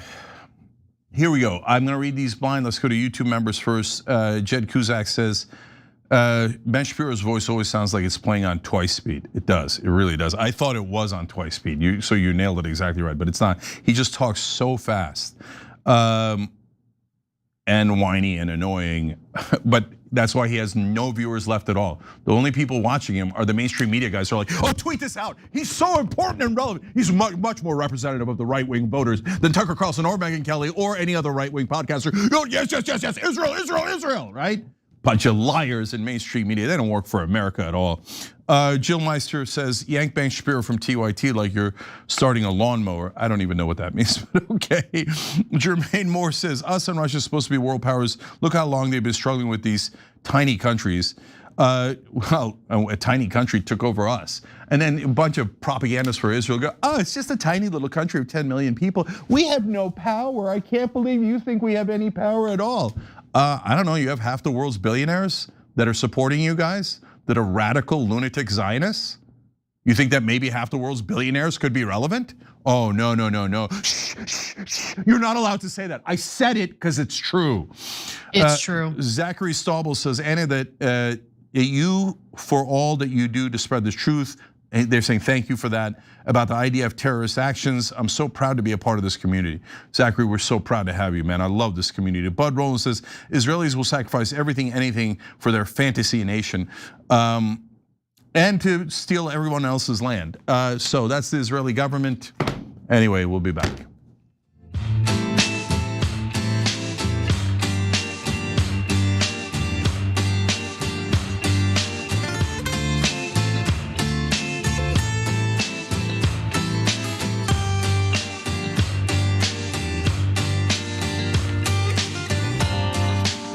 All right, back on TYT, Cenk, Anna, RJ 1323MS. Thanks for joining. We really appreciate it. They hit the join button below the video on YouTube. Pat Rigo 2981. Thank you for gifting 20 memberships on YouTube. You are amazing. We appreciate you deeply. And Alex Seymour, thank you for joining through tyt.com/join. Now let me get you a lot more sleep and make your life a little bit better. ChiliPad 2.0 is one of our sponsors, and they help by modulating your body temperature, which is actually the most important thing about getting sleep. So it's a water-based mattress topper that actively controls your bed temperature. You want it all the way down to 55 degrees, you could do that all the way up to 115 degrees, no problem, okay? So you get the whole range, and you don't need a new mattress, you don't need any renovations. It actively cools using just water. The fans push the air around, water actually cools you off, pulls the heat away from your body, precise, consistent comfort, and the new nightstand remote senses when you get into bed and kicks on automatically. Dual zones means you and your partner each set your own temperature. No subscription needed. You get a 2-year warranty, and they're designed and assembled here in the USA. So visit www.sleep.me/TYT to get up to $255 off your ChiliPad 2.0 with code TYT. That's www.sleep.me/TYT. Free shipping, free returns, and a 30-night trial so you can test it out, dream big, and wake up better. All right, now let's go to our next story about Dead Man Walking. This story gets even stranger. Yesterday, 2 Republican senators, John Thune, John Barrasso, both claimed they had 20-minute phone calls with Kentucky Senator Mitch McConnell, who's been in the hospital for almost a month. Scott Jennings, CNN, made the exact same claim. And I think I just assumed, like most normal people, that today we'd get like a video from the senator from the hospital thanking people for the support, the prayers, and letting them know that he's doing okay. But that didn't happen. And the question is why? Where is Mitch McConnell? What is going on? So Mitch McConnell might be brain dead, but the press and the Republican Party are hiding it. And a bunch of GOP senators and Scott Jennings are obviously lying about it. But that was Newsmax host Rob Finnerty. Even right-wingers are like, no, this is nonsense, totally, utterly not true. Where the hell is this guy? Wait till you find out why they're hiding his condition. Anna, tell us more. So there are several conservatives, Republicans who are pretty furious about what's going on here. And honestly, Cenk, it's not that shocking. Think about how furious Democrats were. By the way, we were also furious when it was abundantly clear that Dianne Feinstein, a Democratic senator, was in no condition to remain in the Senate. She was literally being wheelchaired onto the Senate floor by Nancy Pelosi's daughter. She was suffering from Alzheimer's. She was just in really bad shape, and we were upset because we should have representation in Congress, and a senator who's unable to represent us should not be in Congress. So with that in mind, let's go to some of the other conservative commentators and figures and hear what they have to say. So fellow Newsmax host Carl Higbee says, Republicans are doing the same BS with McConnell that Dems did with Biden. No one has actually spoken to him. They are just trying to carry this on to keep Thomas Massie from running for his seat. And I think there's a lot of truth behind that. Now, there are other Republicans speaking out. Let's just quickly go to Benny Johnson. Next video. They're saying the exact same thing. Here we go. I spoke with McConnell this morning for just shy of 20 minutes about Iran, Ukraine, and the unfolding situation in Maine. Did you? Well, that seems to be also exactly what other reporters are saying. John Thune said McConnell and him spoke yesterday. They had lengthy and substantive conversations on topics of national security. Senate GOP leaders say they've spoken with Senator McConnell on the phone for about 20 minutes. And we talked about Ukraine. Senator Barrasso and Senator McConnell had lengthy conversation this afternoon. Their call lasted roughly 20 minutes. It's just the exact same thing. It's like a template that they sent out. I don't believe it. It's like, okay, if he's this with it, then why not just have him do a phone interview? He could call into this program. Why doesn't, if Mitch McConnell called into CNN right now, if he's this cogent and this sharp, just have him call into CNN. So that's Benny Johnson. He gets the hunch. Obviously, the individuals who claim that they've been speaking with the senator are lying. Glenn Beck is another person who's demanding evidence. Let's take a quick look at that. I had a 20-minute conversation with Mitch McConnell last night. No, I didn't. No, I didn't. Okay. No, I didn't. Because I could have a conversation. I had a great 20-minute conversation with Joe Biden yesterday. And you know what it was? And you're wearing shoes today. That's nice. Your shoes. Oh, I'm wearing shoes today. You can have a 20-minute conversation with Joe Biden. You can have a 20-minute conversation with Mitch McConnell. But when did the GOP become the same people that we've been complaining about? Do you not remember what we've been saying for the last 5 years about people like, I just talked to Joe Biden. He's great. And now you're doing it? What's wrong with you? Apparently, some on the right are starting to realize that we live under a uniparty. But let's get to what Ken Klippenstein is reporting. He says, under Kentucky law, if McConnell is declared unfit for office before August 3rd, there's a special election to fill out his term. After that date, the seat sits empty until whoever wins November's already scheduled race is sworn in on January 3rd. So a longtime Capitol Hill source told Ken that congressional Republicans don't want to risk a special election, fearing GOP voters might nominate a MAGA candidate over someone friendlier to their party establishment. Now, right now, MAGA has become the party establishment, right? Because Trump has totally pivoted to neoconservative, traditional Republican garbage without actually being a conservative. But nonetheless, fewer than 5% of patients McConnell's age survive an out-of-hospital cardiac arrest, and most survivors suffer lasting brain damage. And in regard to those who are calling for some proof, some investigations, just to figure out what's going on, you literally have the governor of Kentucky, Andy Beshear, issuing the following statement. As governor and a fellow public official who understands the commitment we've made to the people we serve, I am requesting the senator provide an update on his current health status. Allowing speculation to continue in the media is not fair to the senator or to Kentuckians. And my hope is that this provides him the opportunity to share the information in a transparent manner, direct from the source. I wish him a safe and speedy recovery. But I look, on one hand, Cenk, I get the fury because we felt it ourselves when it came to Biden, when it came to Dianne Feinstein. But I wasn't fully black-pilled when I felt that fury, and now I am. And now I see Congress for what it is, which is a giant waste of our time and resources.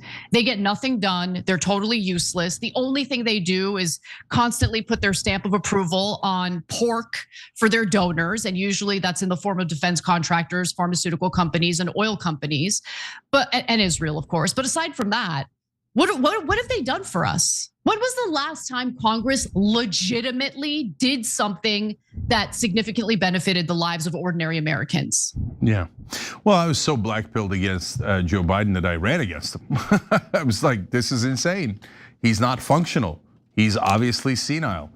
And everybody's like, oh, you're trying to help Donald Trump. I'm like, no, I'd like someone with a brain so that they could beat Donald Trump. No, we don't want to beat Donald Trump. Why don't you want to beat Donald Trump? Oh no, you're supporting the senile guy. It's absurd, it's absurd. By the way, good people believe that. Why did they believe that? Because our entire system is structured to get you to bow your head to the powerful. So if you're, if Biden or Dianne Feinstein is senile or has dementia on the Democratic side, shut up, don't ask any questions. Well, who's the president? Who's actually running the country? Who was the governor? Who was the senator from California? Right now, who's the senator from Kentucky? Because it isn't Mitch McConnell. Mitch McConnell's not voting, he's not making any decisions. These same 20-minute conversations are such obvious propaganda. By the way, let's note for the record that the people that say that they had the conversations with Mitch McConnell are enormous supporters of Israel. Now, you say, wait a minute, Cenk, why is that relevant in this story? Well, if they have a special election, Tom Massey runs. He's from Kentucky. They don't want that at all. Even if it's symbolic, even if it's for a small period of time, they're like, no. And besides which, who are all the senators anyway? They apparently don't make any decisions. That's why when Feinstein or McConnell are incapacitated, nothing changes.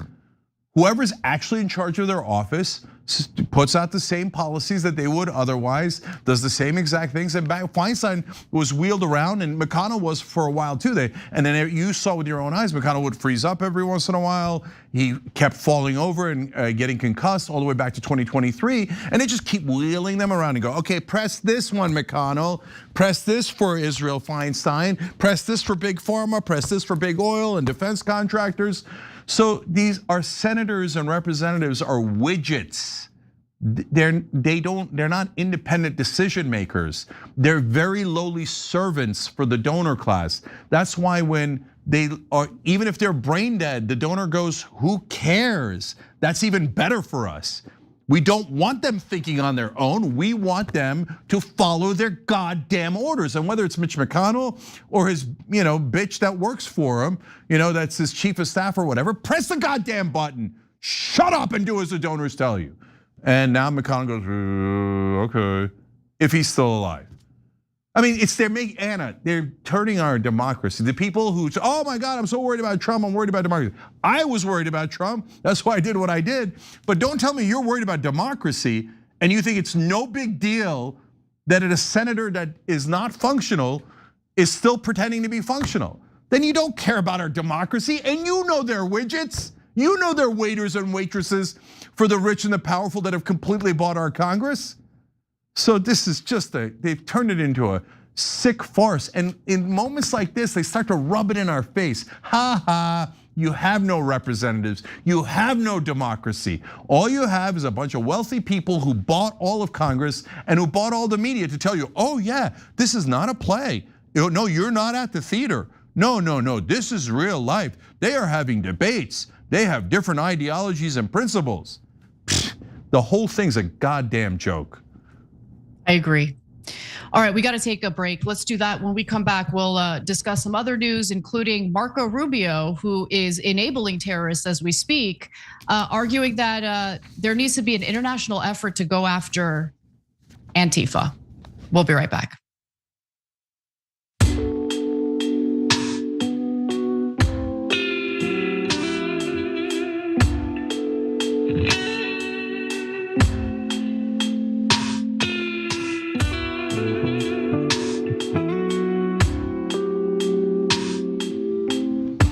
All right, so Brother Tube writes in on tyt.com, no Anna for a week, that sucks. I agree, but we try to do the best we can. So we're gonna have a really interesting and eclectic mix for you guys next week as guest hosts. Adam Mockler is gonna be on Wednesday. Dave Smith's gonna be on Tuesday. And Marjorie Taylor Greene is going to guest host on Monday. So wild week up ahead, and should be a lot of interesting conversations filled with agreements and disagreements, and that is normal. Cabbage writes in, Agent Chuck Uyghur. That's how John Kiriakou was understandably mispronouncing my name. And by the way, I've mispronounced his name many times. Angie Lynn says we should believe the victim until or unless an investigation proves otherwise. Angie, I love you, and I get that a lot of people think that way, but I don't agree. And so we don't know if they're a victim until we know whether it's true or not. Yeah. Okay, so we're gonna just assume people are guilty and they have to prove that they're innocent. So just understand what you're normalizing. You're normalizing bad people's ability to just make things up to destroy someone, whether it's in their career, politics, whatever. And the onus is on them to prove that they're innocent. I don't want to live in a system like that. I think that's a really bad system. So that's just my take. Angie and others, I get it. If it happened, you're super pissed about it and you've got every right. But we don't know if it happened. That's the question. By the way, we have this question up on tyt.com and on YouTube community. Was it the right decision or should he have stayed in the race? Vote if you can.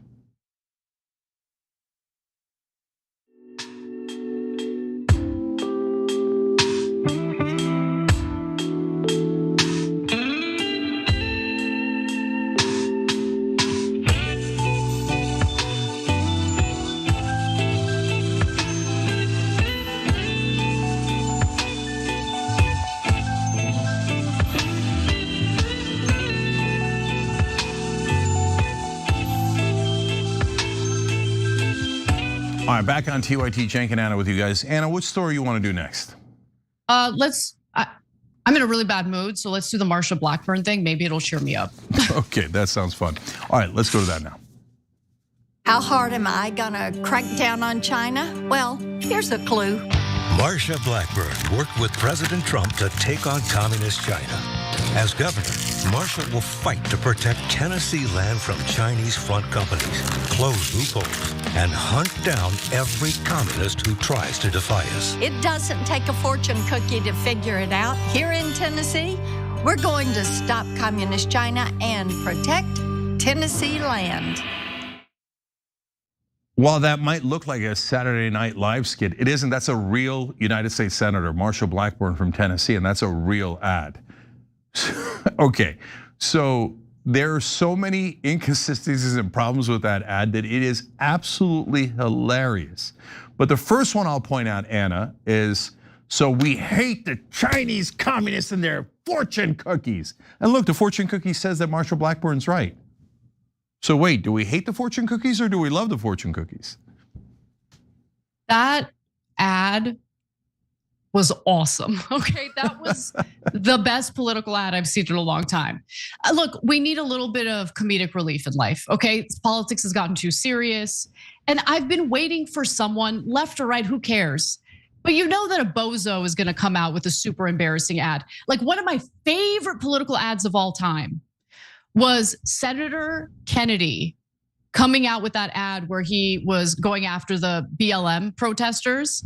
And he's like, oh, you need the cops? Well, call a crackhead. Oh my God, that ad was so funny. So obviously I don't agree with his take, right? Because he's trying to make a point about how Black Lives Matter, like whatever. He exaggerated what Black Lives Matter was advocating for at the time. But it was such a funny ad that I loved it and I watched it over and over again. This is the same taste, right? Ignorant woman. You even hear like the stereotypical music in the background. I don't understand the need to crush the fortune cookies. Like, aren't fortune cookies an American creation?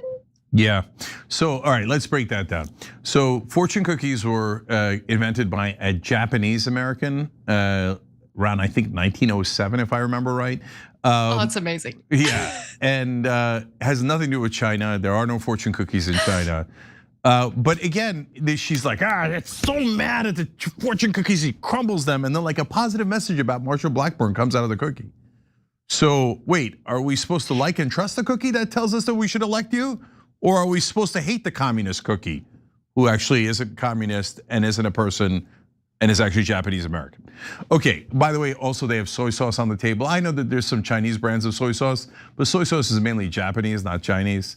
Oh, I didn't know that. Yeah. That's actually good knowledge to know. No, but let's also just quickly address the elephant in the room. Is war with China something that's like making voters cream in their pants? Like, is that what they're looking for right now? I don't know. I don't really get it. No, like, I get is that it. what we're looking for? Go ahead. So let me show you the foreign government you should be concerned about. Let's take a look at who Senator Blackburn has received contributions from. I know you're gonna be shocked. Oh, look at that, Israel, $449,000. She's now running for governor of Tennessee. So the problem isn't the country who has a lobby that is given to 94% of Congress, including Marsha Blackburn. No. The country that has forced us into 7 wars that has cost us $8 trillion. The country that we've given $320 billion to, that we're thinking of merging our militaries with. That's not the country you should be concerned about. Squirrel, Chinese squirrel. Look at the communist squirrel and the dastardly fortune cookie they have. So she thinks my voters are generally racist. I want them to hate a foreign country, but not beloved Israel. I want them to love Israel because we all serve Israel, and I want to distract them from that. So, communist fortune cookie squirrel. Everybody get angry at the Chinese. So here's the thing to understand though, because there are people in the country who desperately wanted that pivot to Asia, which kind of started under Obama, but we got sucked right back into the Middle East. if you genuinely think that we need to be concerned about China, and China is spanking us, right? Partly we're spanking ourselves. China is growing in power. They are ascendant. We are declining in power. And a big reason why is because we are basically blowing our load, meaning all our military weaponry, our resources, we're $40 trillion in debt. We keep getting sucked into Israel's wars in the Middle East. When I thought we were gonna try to stop doing that, but we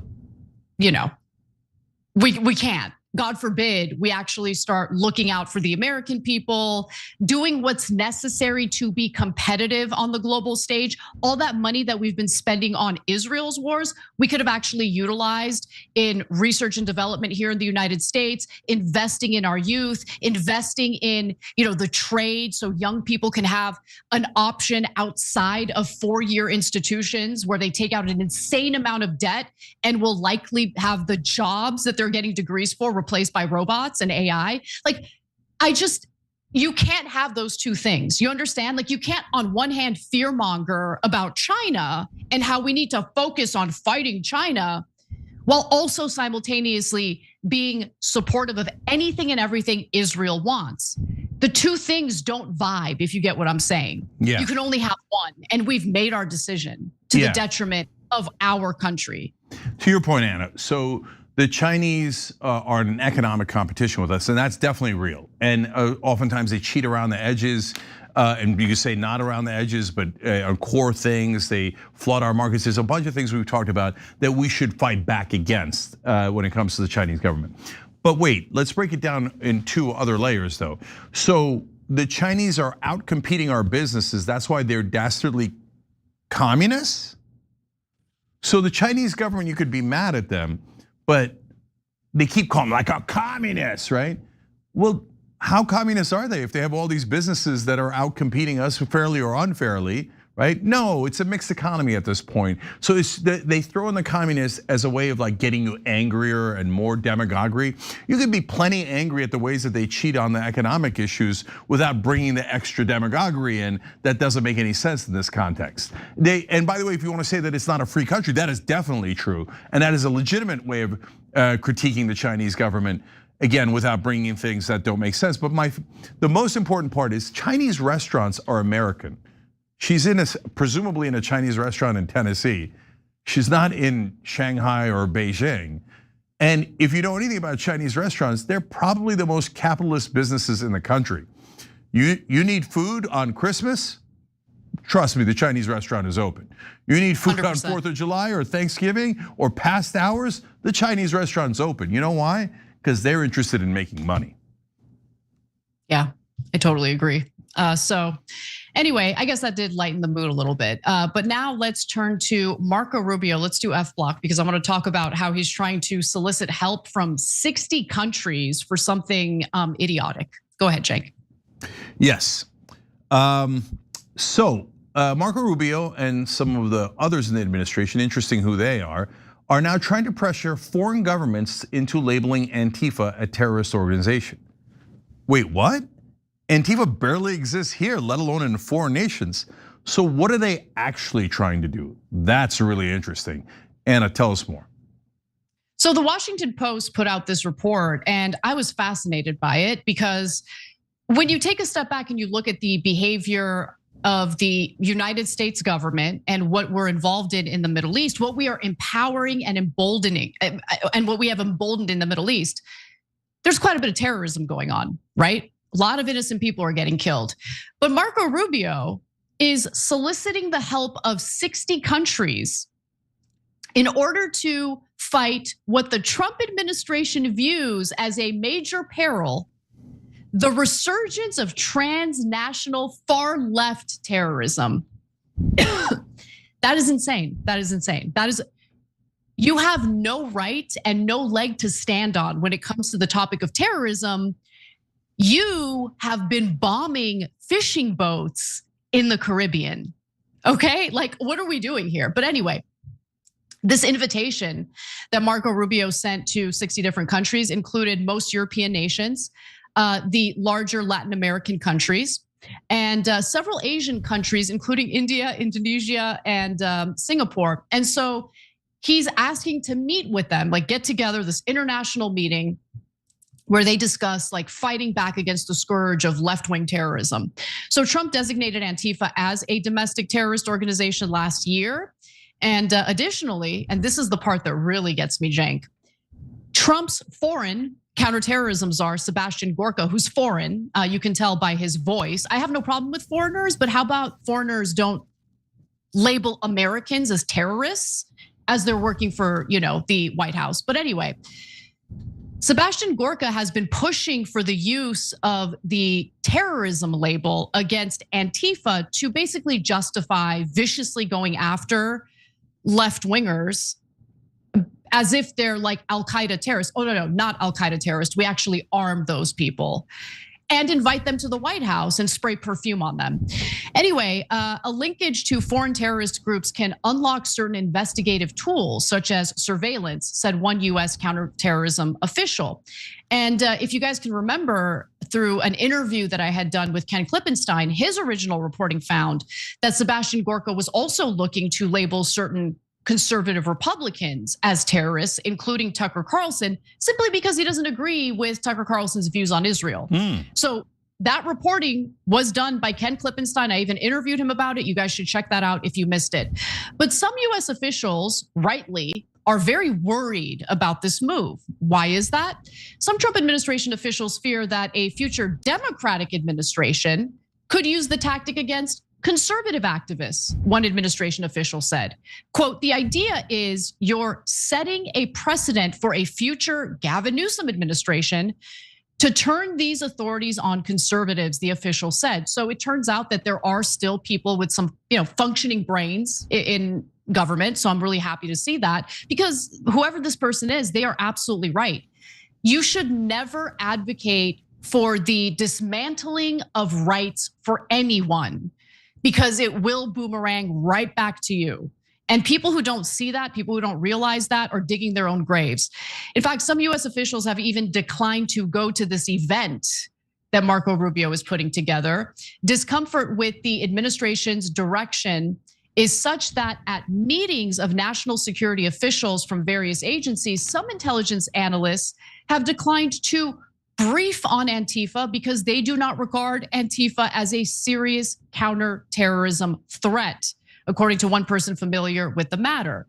And to be clear, US law actually requires a group to be foreign in order for them to be labeled a terrorist organization. Former State Department official Jason Blaskins, who ran the designation process for 10 years through 2018, told the Washington Post that if it has any significant domestic presence, it cannot be designated foreign, meaning Americans cannot be labeled as terrorists by our own government. Now, Marco Rubio's previous designation of foreign Antifa groups was also called into question because, as you mentioned earlier, Cenk, Antifa is an American thing. But what Marco Rubio is trying to allude to is just left-wing groups in other countries. And so Rubio has linked foreign groups to Antifa before. Back in November, for instance, Rubio designated 4 European-based groups as terrorist organizations with ties to Antifa. The State Department released a fact sheet on the groups with the names the agency is using for them. At least one of the groups is not known by the name of their on the sheet. In their countries, none are linked to anything called Antifa. And so the groups, according to the State Department, include Antifa OST in Germany, the Informal Anarchist Federation, or the International Revolutionary Front in Italy. Like, if Italy's having problems with any group in their own country, like, they'll handle it. Like, why are we having like this international consortium getting together in order to fight back against left-wingers? And the country that's setting this up is the one enabling Israel to carry out how many different wars? Ethnic cleansing in Lebanon, genocide in Gaza. You want to talk about terrorism? You want to talk about terrorism? There was a Palestinian man who wanted to do something nice for the Palestinians who are in Gaza right now. So he organized like screens for them to be able to watch the soccer matches as part of, the FIFA matches that have been going on. Israel bombed his car and killed him. Jesus Christ, man. Yeah, no, there's real terrorists in the world for sure. So I'll come back to them. So we're trying to shut down Antifa in Germany. Antifa is short for anti-fascist. Why do we want pro-fascist groups in Germany? That doesn't sound like a good idea, does it? So, but in reality, of course, these groups are microscopic, and including here. And we used to have debates on the show and discussions on the show about, what's worse, left-wing or right-wing terrorism. And, the proof is overwhelming on the right-wing side. But does it really matter, guys? Both are, in the scope of crime in America, tiny, okay? So what they're obsessed about this, even though there's almost no left-wing or right-wing terrorism, tiny amounts over the span of the last 10, 20 years, right? So why are they getting all agitated about both sides? And Gorka's the giveaway. So if you don't know, Marco Rubio, Sebastian Gorka, and Stephen Miller, the three people in the administration most in favor of this and pushing this forward, are all Israel first. And Gorka's the giveaway because of what Anna said. It goes, by the way, we should also use it against the right wing, against Tucker Carlson, i.e. against all opponents of Israel, a foreign government. But we should call people who are criticizing Israel, Americans criticizing Israel inside this country, terrorists now. And then we should get all of our allies to call them terrorists. Guys, the surveillance state is coming. And this is how the game is played. So now when the theoretical right wing is in charge, they're not right wing, they're just Republican cutouts for a foreign government. They come in and they go, left wing terrorists, make sure you pass this law and you all coordinated against these terrorists. And then a Democrat, so-called Democrat wins, and then he goes, you have to get the right-wing terrorists and you have to make sure we coordinate. Look at that, all Americans are terrorists. Now we're doing a surveillance state on all of you. That's why, and by the way, I've called right-wingers who did, attacks against innocent civilians here, and it meets the definition of terrorism. But in this story, we find out that, if you're an American citizen, there's a different word for you and not terrorist. And you know what? I had already withdrawn that earlier. I'm double withdrawing it now. You know why? Because it's a dangerous thing to start calling one another terrorists. It's a slippery slope, because once you call someone a terrorist, then the government goes, I have every right to take away all of their rights. No, you don't. No, you don't. They're American citizens, whether they're on the right or the left. If they're accused of doing something terrible, they still have their rights. We go through a process, we go through justice, and if they've done something terrible, then we bring justice to them, okay? But we don't bring injustice, and we certainly don't do it to American citizens on behalf of another country. If you're worried about actual terrorism, imagine people killing innocent kids on purpose. What vicious terrorists. Well, there's a country that we funded that killed 23,000 innocent children in Gaza. Disgusting terrorists. The worst civilian kill ratio of any terrorist group in the world. And that's the Israeli Defense Forces. But those guys go, no, give me your money. I'm sending it to those terrorists to murder 23,000 children. But you, if you defy Israel or anyone in power, we're gonna call you a terrorist and take away all your rights. So that's what this is about. Yeah, I agree. I just have one final thing to say. I want to go back to the Platner thing because it's just on my mind. I just don't understand, everything. This is one of the most unjust things imaginable, because if Platner had actually committed the crime that he's accused of, when you don't go to the cops, then you're just allowing someone who allegedly forcibly raped you to just be out on the loose to do what? To do that to other women? How is that? And then you hold on to that information until a week before an important electoral deadline. I don't know. I just don't get it. I really don't. None of this makes sense to me. And the fact that people don't see the red flags blows me away. It really does. So I'm gonna read more member comments in the bonus episode. That's just for the members. So hit the join button below, tyt.com/join to get the bonus episodes. But I'm gonna read one right now from a YouTube member, Box. He said, if he raped that woman, he needs to go to prison. But to boot him out of running was too much, in my opinion. The whole Democratic establishment got together in a circular firing squad again. Yep. And that's the point we're making. If he's guilty, the consequences should be worse. He should go to prison, right? But if he's not judged guilty, why are the Democrats taking out their own guy? Because they're not Democrats. They don't care about the Democrats. The Republicans take out their own guys if they're opposed to Israel too. Tucker Carlson, Candace Owens, on and on, right? Because they're not Republicans or Democrats. They're the donor class. And that's what the whole uniparty is about. The whole thing's a lie. So look, this again, there's a head-on collision coming from the populists, the American citizens that now realize we don't control our own government, and the establishment who will never ever stop lying to you. They will lie to you to the very end and say, no, you should be controlled by others. All right, we'll be right back with a great interview.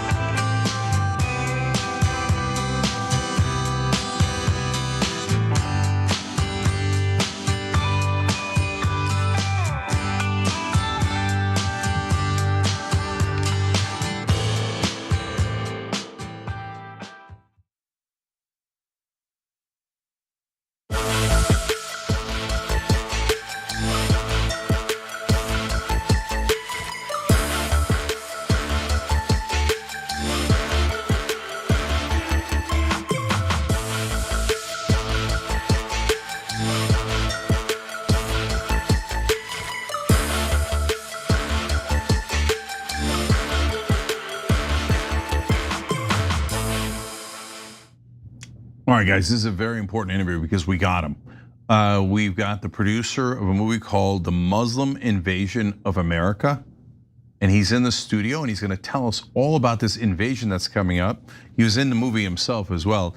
It's Beck Lover. Beck, how you doing? Cenk, thanks for having me. Huge fan of you and Anna, and especially in these recent times, how you guys are trying to build bridges between right and left. Because I think what's happening in the world right now, it's going to take everybody to come together to stop the threat that I feel to all of our freedom. And I think a lot of us are on the same wavelength right now, so I'm very honored to be here today. Thank you, brother. And you're Albania, so we'll talk about the Kushner takeover of Albania. We'll talk about the Balkans a little bit. But I hear that there's a Muslim invasion, like in your movie, and that Sharia law is about to take over Tulsa, Oklahoma, and parts of Texas, Minnesota. Okay, so tell me about it. All right, Cenk, first and foremost, I'm a first generation Albanian American. I was born here because my family fought against communism in Albania. That's how I ended up here. My dad had to leave the former Yugoslavia because the oppression started there. So I'm the direct son of two Albanian immigrants. Happened to be of the Muslim faith. I came from that background. I was in the World Trade Center the day it was hit. Okay, wow. I was going to Pace University. I was a student there. It's stone's throw away. I actually started my day in the E train underneath the burning towers. I, as a Muslim American, cried that day. I, as a Muslim American, bled out that day. My family, who's Muslim, even right now, is serving in the US Navy. My cousin Brian from Dallas, I won't say his last name. My cousin Brian, who did 2 tours in Fallujah, is a Muslim. Is he not an American? He lost half of his battalion there. So the reason we made this film is because these characters keep popping up. The Valentina Gomez's, the Jake Langs, the Laura Loomer, who I didn't know who she was ever in my life. I call her Jigsaw. I think a lot of the internet does. I don't know if that's acceptable on the show, but it just happened. Yeah. So that's what I call her. I was someone that grew up with Russian Jews. My family, my grandmother's 2 brothers were hung by the SS. In northern Albania. Albania was first under the Italian fascists under Mussolini, and then the Germans took over. My 2 great uncles were hung off trees. My first cousins are Jewish. Just got to put out the card there, just in case they want to call me something that I'm not.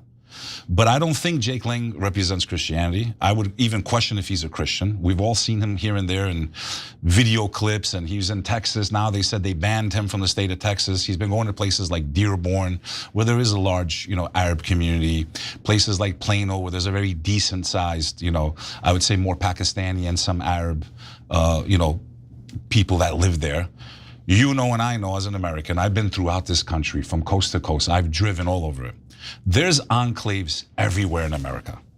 If you go to the Bronx, you're going to find the Albanians. That's kind of like our staging ground when we first landed here. Anywhere you go throughout the country, even in Plano, the place that Jay kept going back to spew anti-Muslim rhetoric that if anyone else said about any other faith, they'd be probably in jail, censored, their career destroyed, their life destroyed. So me and my good friend and partner, Sonny Faz, who's a revert to Islam. He just became a Muslim 2 years ago. He's Italian. He chose this faith. No one put a gun to his head. He saw something in it that brought him peace in his life. And early on, just as someone that's new to the faith, the amount of attacks he's gotten in his life, even from people very close to him, because of all this propaganda that's gone on for the last 50, 60 years against the faith of Islam, which is 1/5 of the world. And we just celebrated our 250th anniversary. And a lot of Americans forget that the first country to recognize our independence as Americans was a Muslim country, which happens to be Morocco, which I think they're playing today, I guess. Yeah, they just lost to France. Yeah. I don't know. I don't have time to keep up. I'm trying to save the world, Cenk. So, and then, and they gave a port, right? Imagine if we didn't have that first port as a new nation. It was like a way of someone giving a stamp and saying, we recognize you as a country. So hearing all these lies for years, I never wanted to talk about these things, Cenk. I never went into content or podcasting to speak about religion or history. I never wanted to talk about it because I knew, first of all, the amount of backlash you get because people just hate. And then I also knew, in today's day and world, you're probably risking your life, right? So, you guys are in danger. Just for speaking your mind. So free speech is never free. It comes with a risk. Or as Bassem Youssef says, great friend, he's been here many times, it comes with terms and conditions. So this film does not have a script. It's not a film, it's a documentary. We literally, on a very low budget, took the 2 cameras. All we had set up was meeting with the 2 mayors of Dearborn and Dearborn Heights. We didn't even know we would run into Jake Lang. We thought we missed him because we had one after he went to Dearborn. And we're like, let's go see the Sharia takeover. You know, this propaganda that they're pushing, which I think any idiot by now can figure out, you know, why they would push this type of rhetoric. By the time Muslims would ever be a perceived threat in America, there's not enough Muslims in America, first of all. We got bigger problems, like our deficit, like inflation, like the fact that I went to the supermarket and I look and everything is just shrinking. The bag looks the same, but there's less and less items inside these same bags. They think we're stupid. We're in serious trouble. So I think the average American should be focusing on our politicians with their unlimited terms, with their lobbying, which should be made illegal. It's not really hard to fix America. Make lobbying illegal, period. Term limits for Senate and Congress, period. No matter what. This country should be protesting the way the Albanians are protesting. Yet we don't have justice for many things just as everyday Americans. So we need these distractions. We made the film, it's free. We didn't make it for money. And it's called the Muslim Invasion of America. You can type it on Google. Go see for yourself what it is. So before I go back to that, I'm just curious, where'd you grow up in America? So I was actually, my story is funny. I was born in Houston, didn't grow up there, thank God. No offense to Houston, but humidity kills me, man. Grew up in the New York City area, mostly on the Jersey side of the Hudson. I knew it. Hoboken, Edgewater, you Fort got Lee. Jersey, New York written all over you? you. Jersey. By close East by? Brunswick, yeah. Okay, you're not far. Yeah. And we had a lot of fun. Summers in Cape May, you know, swimming. That's where I learned to swim in Cape May, Jersey. But yeah, you know, I spent a lot of time in the Bronx too. So it's a very big hub for our people. Yeah. So now back to what we're talking about. So there's this like propaganda about, oh my God, Sharia law is about to take over. That's why I was joking around about it. Like, it's like, I don't know if there's 3 Muslims in Oklahoma, right? Like, what are we taking over? You want my opinion? They can have it, bro. Like, I've driven to Oklahoma. Like, I'm terrified of tornadoes, me personally. Like, I was about to settle in Dallas, and we went there in May. I was like, you know, I did like a temporary residence to see if I want to set up shop there. Every 2 minutes, like, a warning, tornado. I'm like, listen, let them have it, I guess. But my point is, Cenk, it's just, first of all, just so Americans know, like, please study the religion. Like, go study it. Go actually study. Read a book for once in your life. Sharia law. Do you know what one of the rules of Sharia is? From the Prophet Muhammad's mouth himself, peace be upon him. When you live in a foreign nation, you must obey the rules, regulation, and laws and the ruler of that nation. That is literally Sharia law. That means if you come from a Muslim country and you live in the United States of America, you must live by its constitution, by its state laws, federal laws, and whatever the president says. But fortunately, we live in a country, supposedly, that we have a right to push back because it's supposed to represent all of us. I would rather much, some of these people say, that believe this type of rhetoric. I don't believe in freedom of speech. Just say it. If you hate Muslims, man, just say it. Just say you don't want this to be an America that gives everyone a shot. Muslims have been here since day one, Cenk. So, but here's my question though, Beck. There's so many like great points there. So I didn't know about Morocco being the first country. That's my bad to recognize America and give them a port. Yeah, and it's still the longest alliance we have in history. And Sharia law is saying you got to follow the rules of the from the prophet's mouth. No one knows that here in America. Okay, so but what they know is the propaganda. So my question is because since that propaganda is so absurd, like the idea that Muslims are going to take over Texas, right? Where is it coming from? In my opinion, lobbyists, paid influencers, people that support the policies and the endless wars that have taken us into a disaster in the United States of America, this endless cycle of war in the Middle East. I would have to agree, it definitely benefits Israel, right?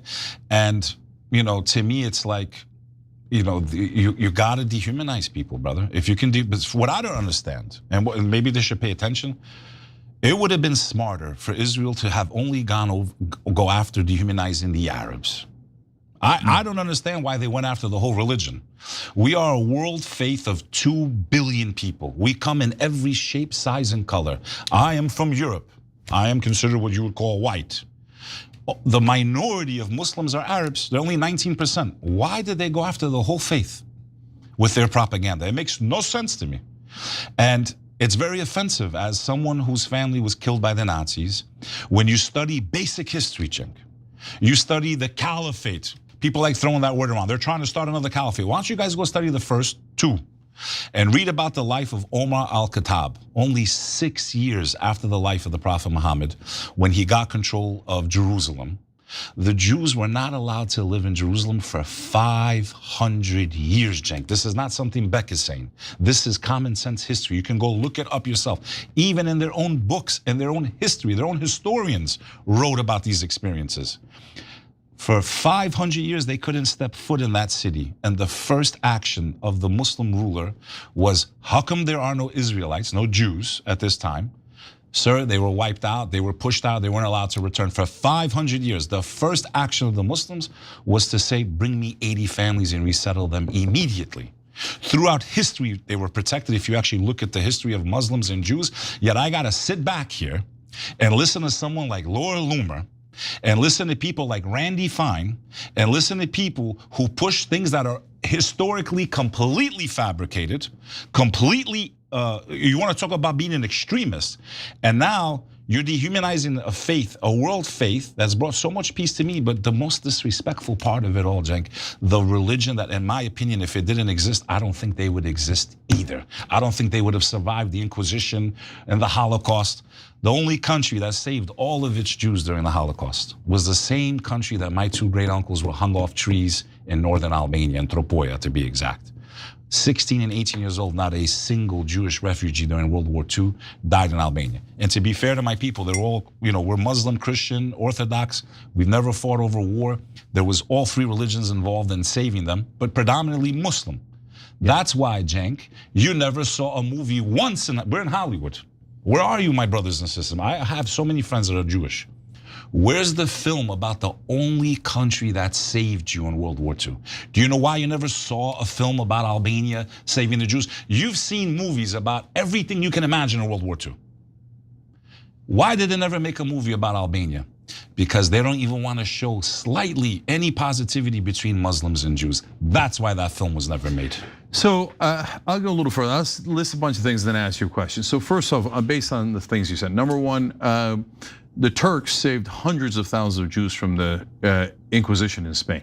That's a fact. They followed them once they were kicked out of, the Muslims were kicked out of Andalusia, which was an enlightenment, a gold period in history. So while the Christians, and look, it's not today's Christians' fault, but it was just a fact. Facts, when the Catholics were slaughtering the Jews in Spain, the Ottoman Empire pulled up its entire navy and said, give them all to us, and saved them all. Okay, so the idea that Muslims hate Jews is just ahistorical. It's just not remotely true. Not just that. During that empire, they were allowed to have their own court systems under the. They had basically self-rule within the Muslim empire. Yeah, and then to your point about why did they decide to demonize all the Muslims? Like it makes no sense. You never the biggest Muslim country in the world is Indonesia. There was never a war there. And there was never a jihad. Yeah, and none of the top 4 Muslim countries are Arab. Okay, it's Pakistan, it's Indonesia first, then Pakistan, India, Nigeria, etc. Right? So then you got Turks, you got the Iranians that are also not Arabs. So my guess as to why that happened, Beck, is because if you say the Arabs are terrorists by nature, you're an obvious racist, right? Because it's a race that you're attacking and there's no basis for it. But if you say Muslims believe because of their belief system, their religion, in fighting against Jews or Christians, it makes it sound more believable. But it's not even accurate. It's not accurate. When they say global war on terror, wait, was it global? No, it was against Israel's neighbors. Correct. So all of this, in my opinion, is propaganda started by Israel so that America will hate Muslims, so that we'll pay and finance for Israel's wars against their Muslim neighbors. I would have to agree with that. Yeah. I would have to agree with that, And another thing is, Spain, it wasn't called Spain, it was the Goth Kingdom, was controlled by the Moors for 500 years. I always thought the Muslims invaded. I was like, why would they invade? Like, I never knew the history. They were having a civil war, the Goth Kingdom. And half of them didn't recognize the one that was put in power. So they invited the Moors to come in. The Moors took over. They won. And then all three religions practiced in peace. Today, is not Spain still one of the most Catholic countries in the world? It is, yeah. So when they say Islam was spread by the sword, yet them as Christians don't look in the mirror. And I'm not here to pick on Christians, but this is, in my opinion, they're using Christians to fight their wars. They have to pump them full of hatred and then unleash them on the Muslims because they're only 13 million. So how do I go against a couple of billion? Let me light both sides of the fire and make them hate each other. Yeah, and again, look, we both have Jewish family. It isn't the extremist from their side. Yeah, it isn't the Jews doing it. It is a very specific group, right? Like, for example, right now, 2/3 of Jewish Americans are against the current Netanyahu government. I saw you pull up those stats 2 days ago. Yeah, only a third are in favor of Netanyahu, but that third, unfortunately, has billions upon billions upon billions of dollars, and they use it. They're radical Zionists, not the whole third even, but there's radical Zionists in this country who say, no, you should despise Muslims. By the way, we're so concerned about bigotry when it comes to anti-Semitism. It's a total lie. It's just another excuse to hide and shield Israel. Okay, now let's turn to Albania, where you're from. So Albanians have some fighting spirit, so the Kushner goes over there and Ivanka, and what are they doing? They're trying to take over an island that's like basically a national treasure for Albania. Tell me about it and how the Albanians are pushing back. Albanians have a very tragic history. We're literally, one of the oldest, if not one of the oldest people in all of Europe. And because we've always been occupied by foreign powers, the fact that we even survived is a miracle. Okay, the fact that our language is still intact. First under the Romans, then under the Ottoman Turks, then under the Slavs, then communism came. And for the first time ever, Albanian history is finally getting out there. Albanians are by far, I want to say this to the country, to the whole world, Albanians are the most pro-American people on the face of the planet. This is not a protest or a pushback against America. This is a pushback against corruption and backdoor deals that are done through oligarchs and prime ministers and people doing favors for each other. And we have these problems within our own country. I just wish, as a first-generation Albanian American, my fellow Americans would wake up to the type of corruption we have in our country. Because I used to think we were really good until I was naive as a young person. I used to believe the movies and the president would, they would show that in the movie the president, there's a tsunami coming. No, I'm gonna stay in the White House when he can get away. So for me, what happened over there, communism took over. My family, that's why I was born. My family were anti-communist fighters. My great-grandfather was thrown into a gulag for 28 or 29 years. How he survived, miraculous, never got to meet him. He died 2 years shortly. My great-grandmother was hung by the Albanian communists under the regime of Enver Hoxha. The state in communism takes all the land. They put whoever was dissidents into what was called internimi, or internment camps. My mom's first cousins all grew up in those camps. And they would take your land and then give to, resettle people. So for 2 generations, people lost their land and other people lived on their land. And then communism fell. But now I've been here for 2 generations, but it's my family's land before communism. Cuba's gonna have the same problem when it falls. And instead of settling these land disputes, which have really hurt the Albanian people and created problems and violence and stuff like that, the prime minister there figured out a way to give away. So they can't figure out for their own citizens how to give them back their land before communism, but they could figure out how to give away one of the most precious pieces of property that the Albanians have. It's not a large country, okay? They don't have many islands. And I, as an American, I've been to Puerto Rico, Aruba, I've been to all these beautiful places. The local population doesn't flourish just because you build a 5-star resort. Okay, what happens is they can't even access that beachfront. They can't go there on vacation. If he really cared about his country, if Eddie Rama did in the Flamingo Revolution, because even I forgot as an Albanian, we have flamingos there. That's how beautiful this place is. Mountains, crystal clear water, a very hospitable people that even names its streets after American presidents, because Albania survived the collapse of the Ottoman Empire thanks to Woodrow Wilson going to bat for them, because we did lose about 80% of our territory, the Albanian people. So they got to keep that little piece. Otherwise, we would have been like the Kurds, a nation without a home. And that is why the Albanians honor America. They love them. It was unfortunate that the Albanians fell behind the Iron Curtain, but you have literally, they even named the highway from Kosovo to Albania called Bo Biden Highway. Again, they don't understand Republican, Democrat, all the stuff that's been happening in our country. The Albanian people just want to honor and remember America. But what bothers me is, Israel, and I lost, remember, my father's side is from Kosovo. And Kosovo had a very bloody conflict. It wasn't as bad as the Bosnians, but it was really bad. 2 million people were made refugees overnight. The Clinton administration initiated bombing with NATO, which liberated them from that disaster. And what a lot of people, try to twist is originally, because a big piece of the Albanians were pushed into Yugoslavia. We're not Slavic. We're not Slavic speaking. We've been there forever. Our DNA is the most continuous DNA. This is proven now. The most continuous DNA in the Balkans, literally. So we were put into all these different countries, right, and treated like crap and under socialism and all this stuff. And the Albanians were stripped of their autonomy in Kosovo by Milosevic and his regime. And they weren't even asking for independence at that time, Cenk. They just wanted their rights back that they had under Tito of Yugoslavia. Make the story short, that didn't work. They tried civil disobedience for 20 years. It led to an armed rebellion. And thankfully, America got involved. Otherwise, we would have been just like the Bosnians. They lost hundreds of thousands of people. We lost an estimated 20 to 30,000. There was a lot of crimes committed there. But I lost 28 very close family, friends, first cousins, uncle. And it was very dramatic, as an American I used to go back there in the summers and see what life was like under occupation during the Milosevic regime. So when I say the Albanians love America, we literally owe our existence to them. Yeah. So this protest is not against America. I want to clarify this. The Albanians would never betray America. They would be the first country to fight for America. But what bothers me, Cenk, is why would our greatest ally, that's what they call Israel, yes?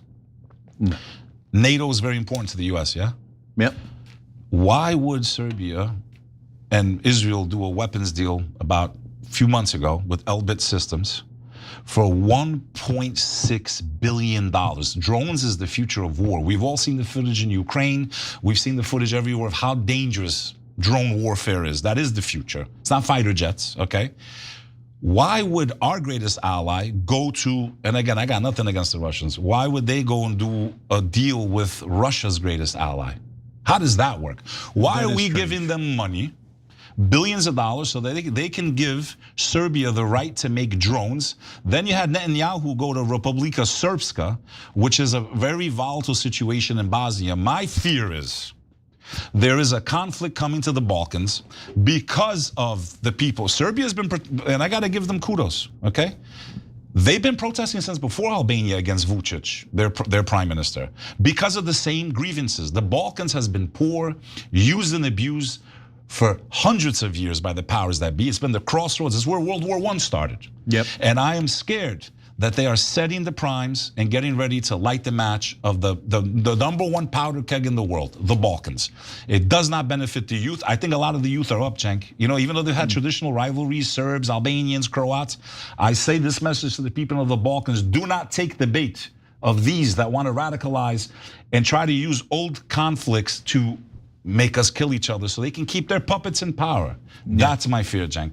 Yeah, I want to build on that. So I've said on the show before, Muslims in Southeastern Europe, in the Balkans, are the most pro-American people on the planet, right? Albanians, Bosnians, Kosovo, Srebrenica. So why America saved those Muslims from a genocide? A lot of them, right? I mean, with the Bosnians, they were, to be honest, I feel like they let the Bosnians down. They placed an arms embargo on them. That's when I became an activist. But then they came in at the end. And stopped it. But it was pretty bad, Cenk. I know. But still, they saved them. And they carved their country up like a turkey, and they barely gave them any coast. I mean, I think the Bosnians were dealt with very unjustly in many ways. But I understand what you're saying. They would have kept on going forever until they were wiped out. Yeah, and so we came in and saved them at the end. Woodrow Wilson sets up Albania. We free all those folks from communism, right? So super strong pro-American sentiment in that region, especially from the Muslims in that region. Okay? They have statues of George Bush in Albania. They have statues of Bill Clinton. Do you understand? Yeah. They don't understand the politics. They're just like, these people, they saved us, we love them. And this is even before the Kosovo War. That's what I'm saying. I don't want the Americans to think, oh, no. They're protesting against the same reason we should be protesting as America. Where is my money going? He's trying to throw a concert with Kanye West right now. $4 million. The people are like, what do you mean? He's building a stadium. He's already in the worst scandal. I've never seen our people this united. And they're not just calling for the resignation of the prime minister. They want the entire government out. We should do the same thing. They want the entire government out. America will never be what it needs to be. As long as we have unlimited term limits and lobbying, we will never be the nation that we could be. We could be the most amazing country in the world. But this corruption is like gangrene. And there's no way out without pain. And we need to, as Americans, we really need to wake up right now. We need to put away this left and right stuff for a while. We really need to put away this left and right stuff.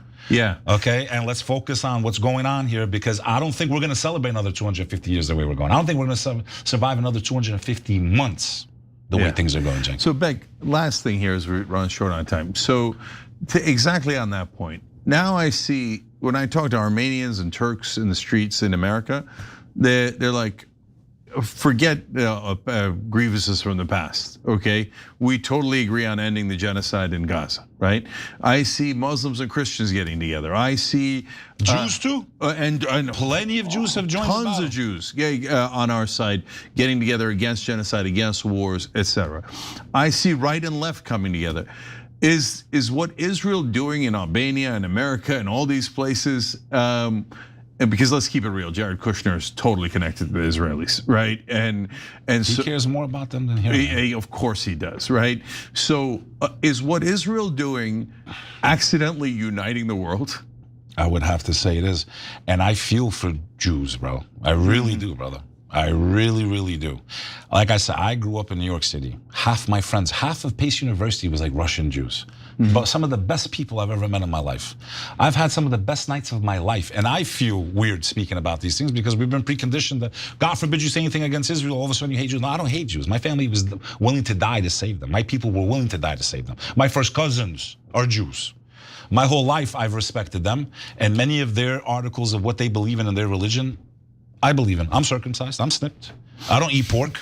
I technically, if I can't find halal, I'll eat kosher. Right, so pretty much great respect for the faith. I don't want to say my children's names. Very common names in their religion. So my point is, this narrative that Muslims and Jews are enemies is a lie, a complete fabrication. I'll debate here. I'll debate anyone in the world on that topic.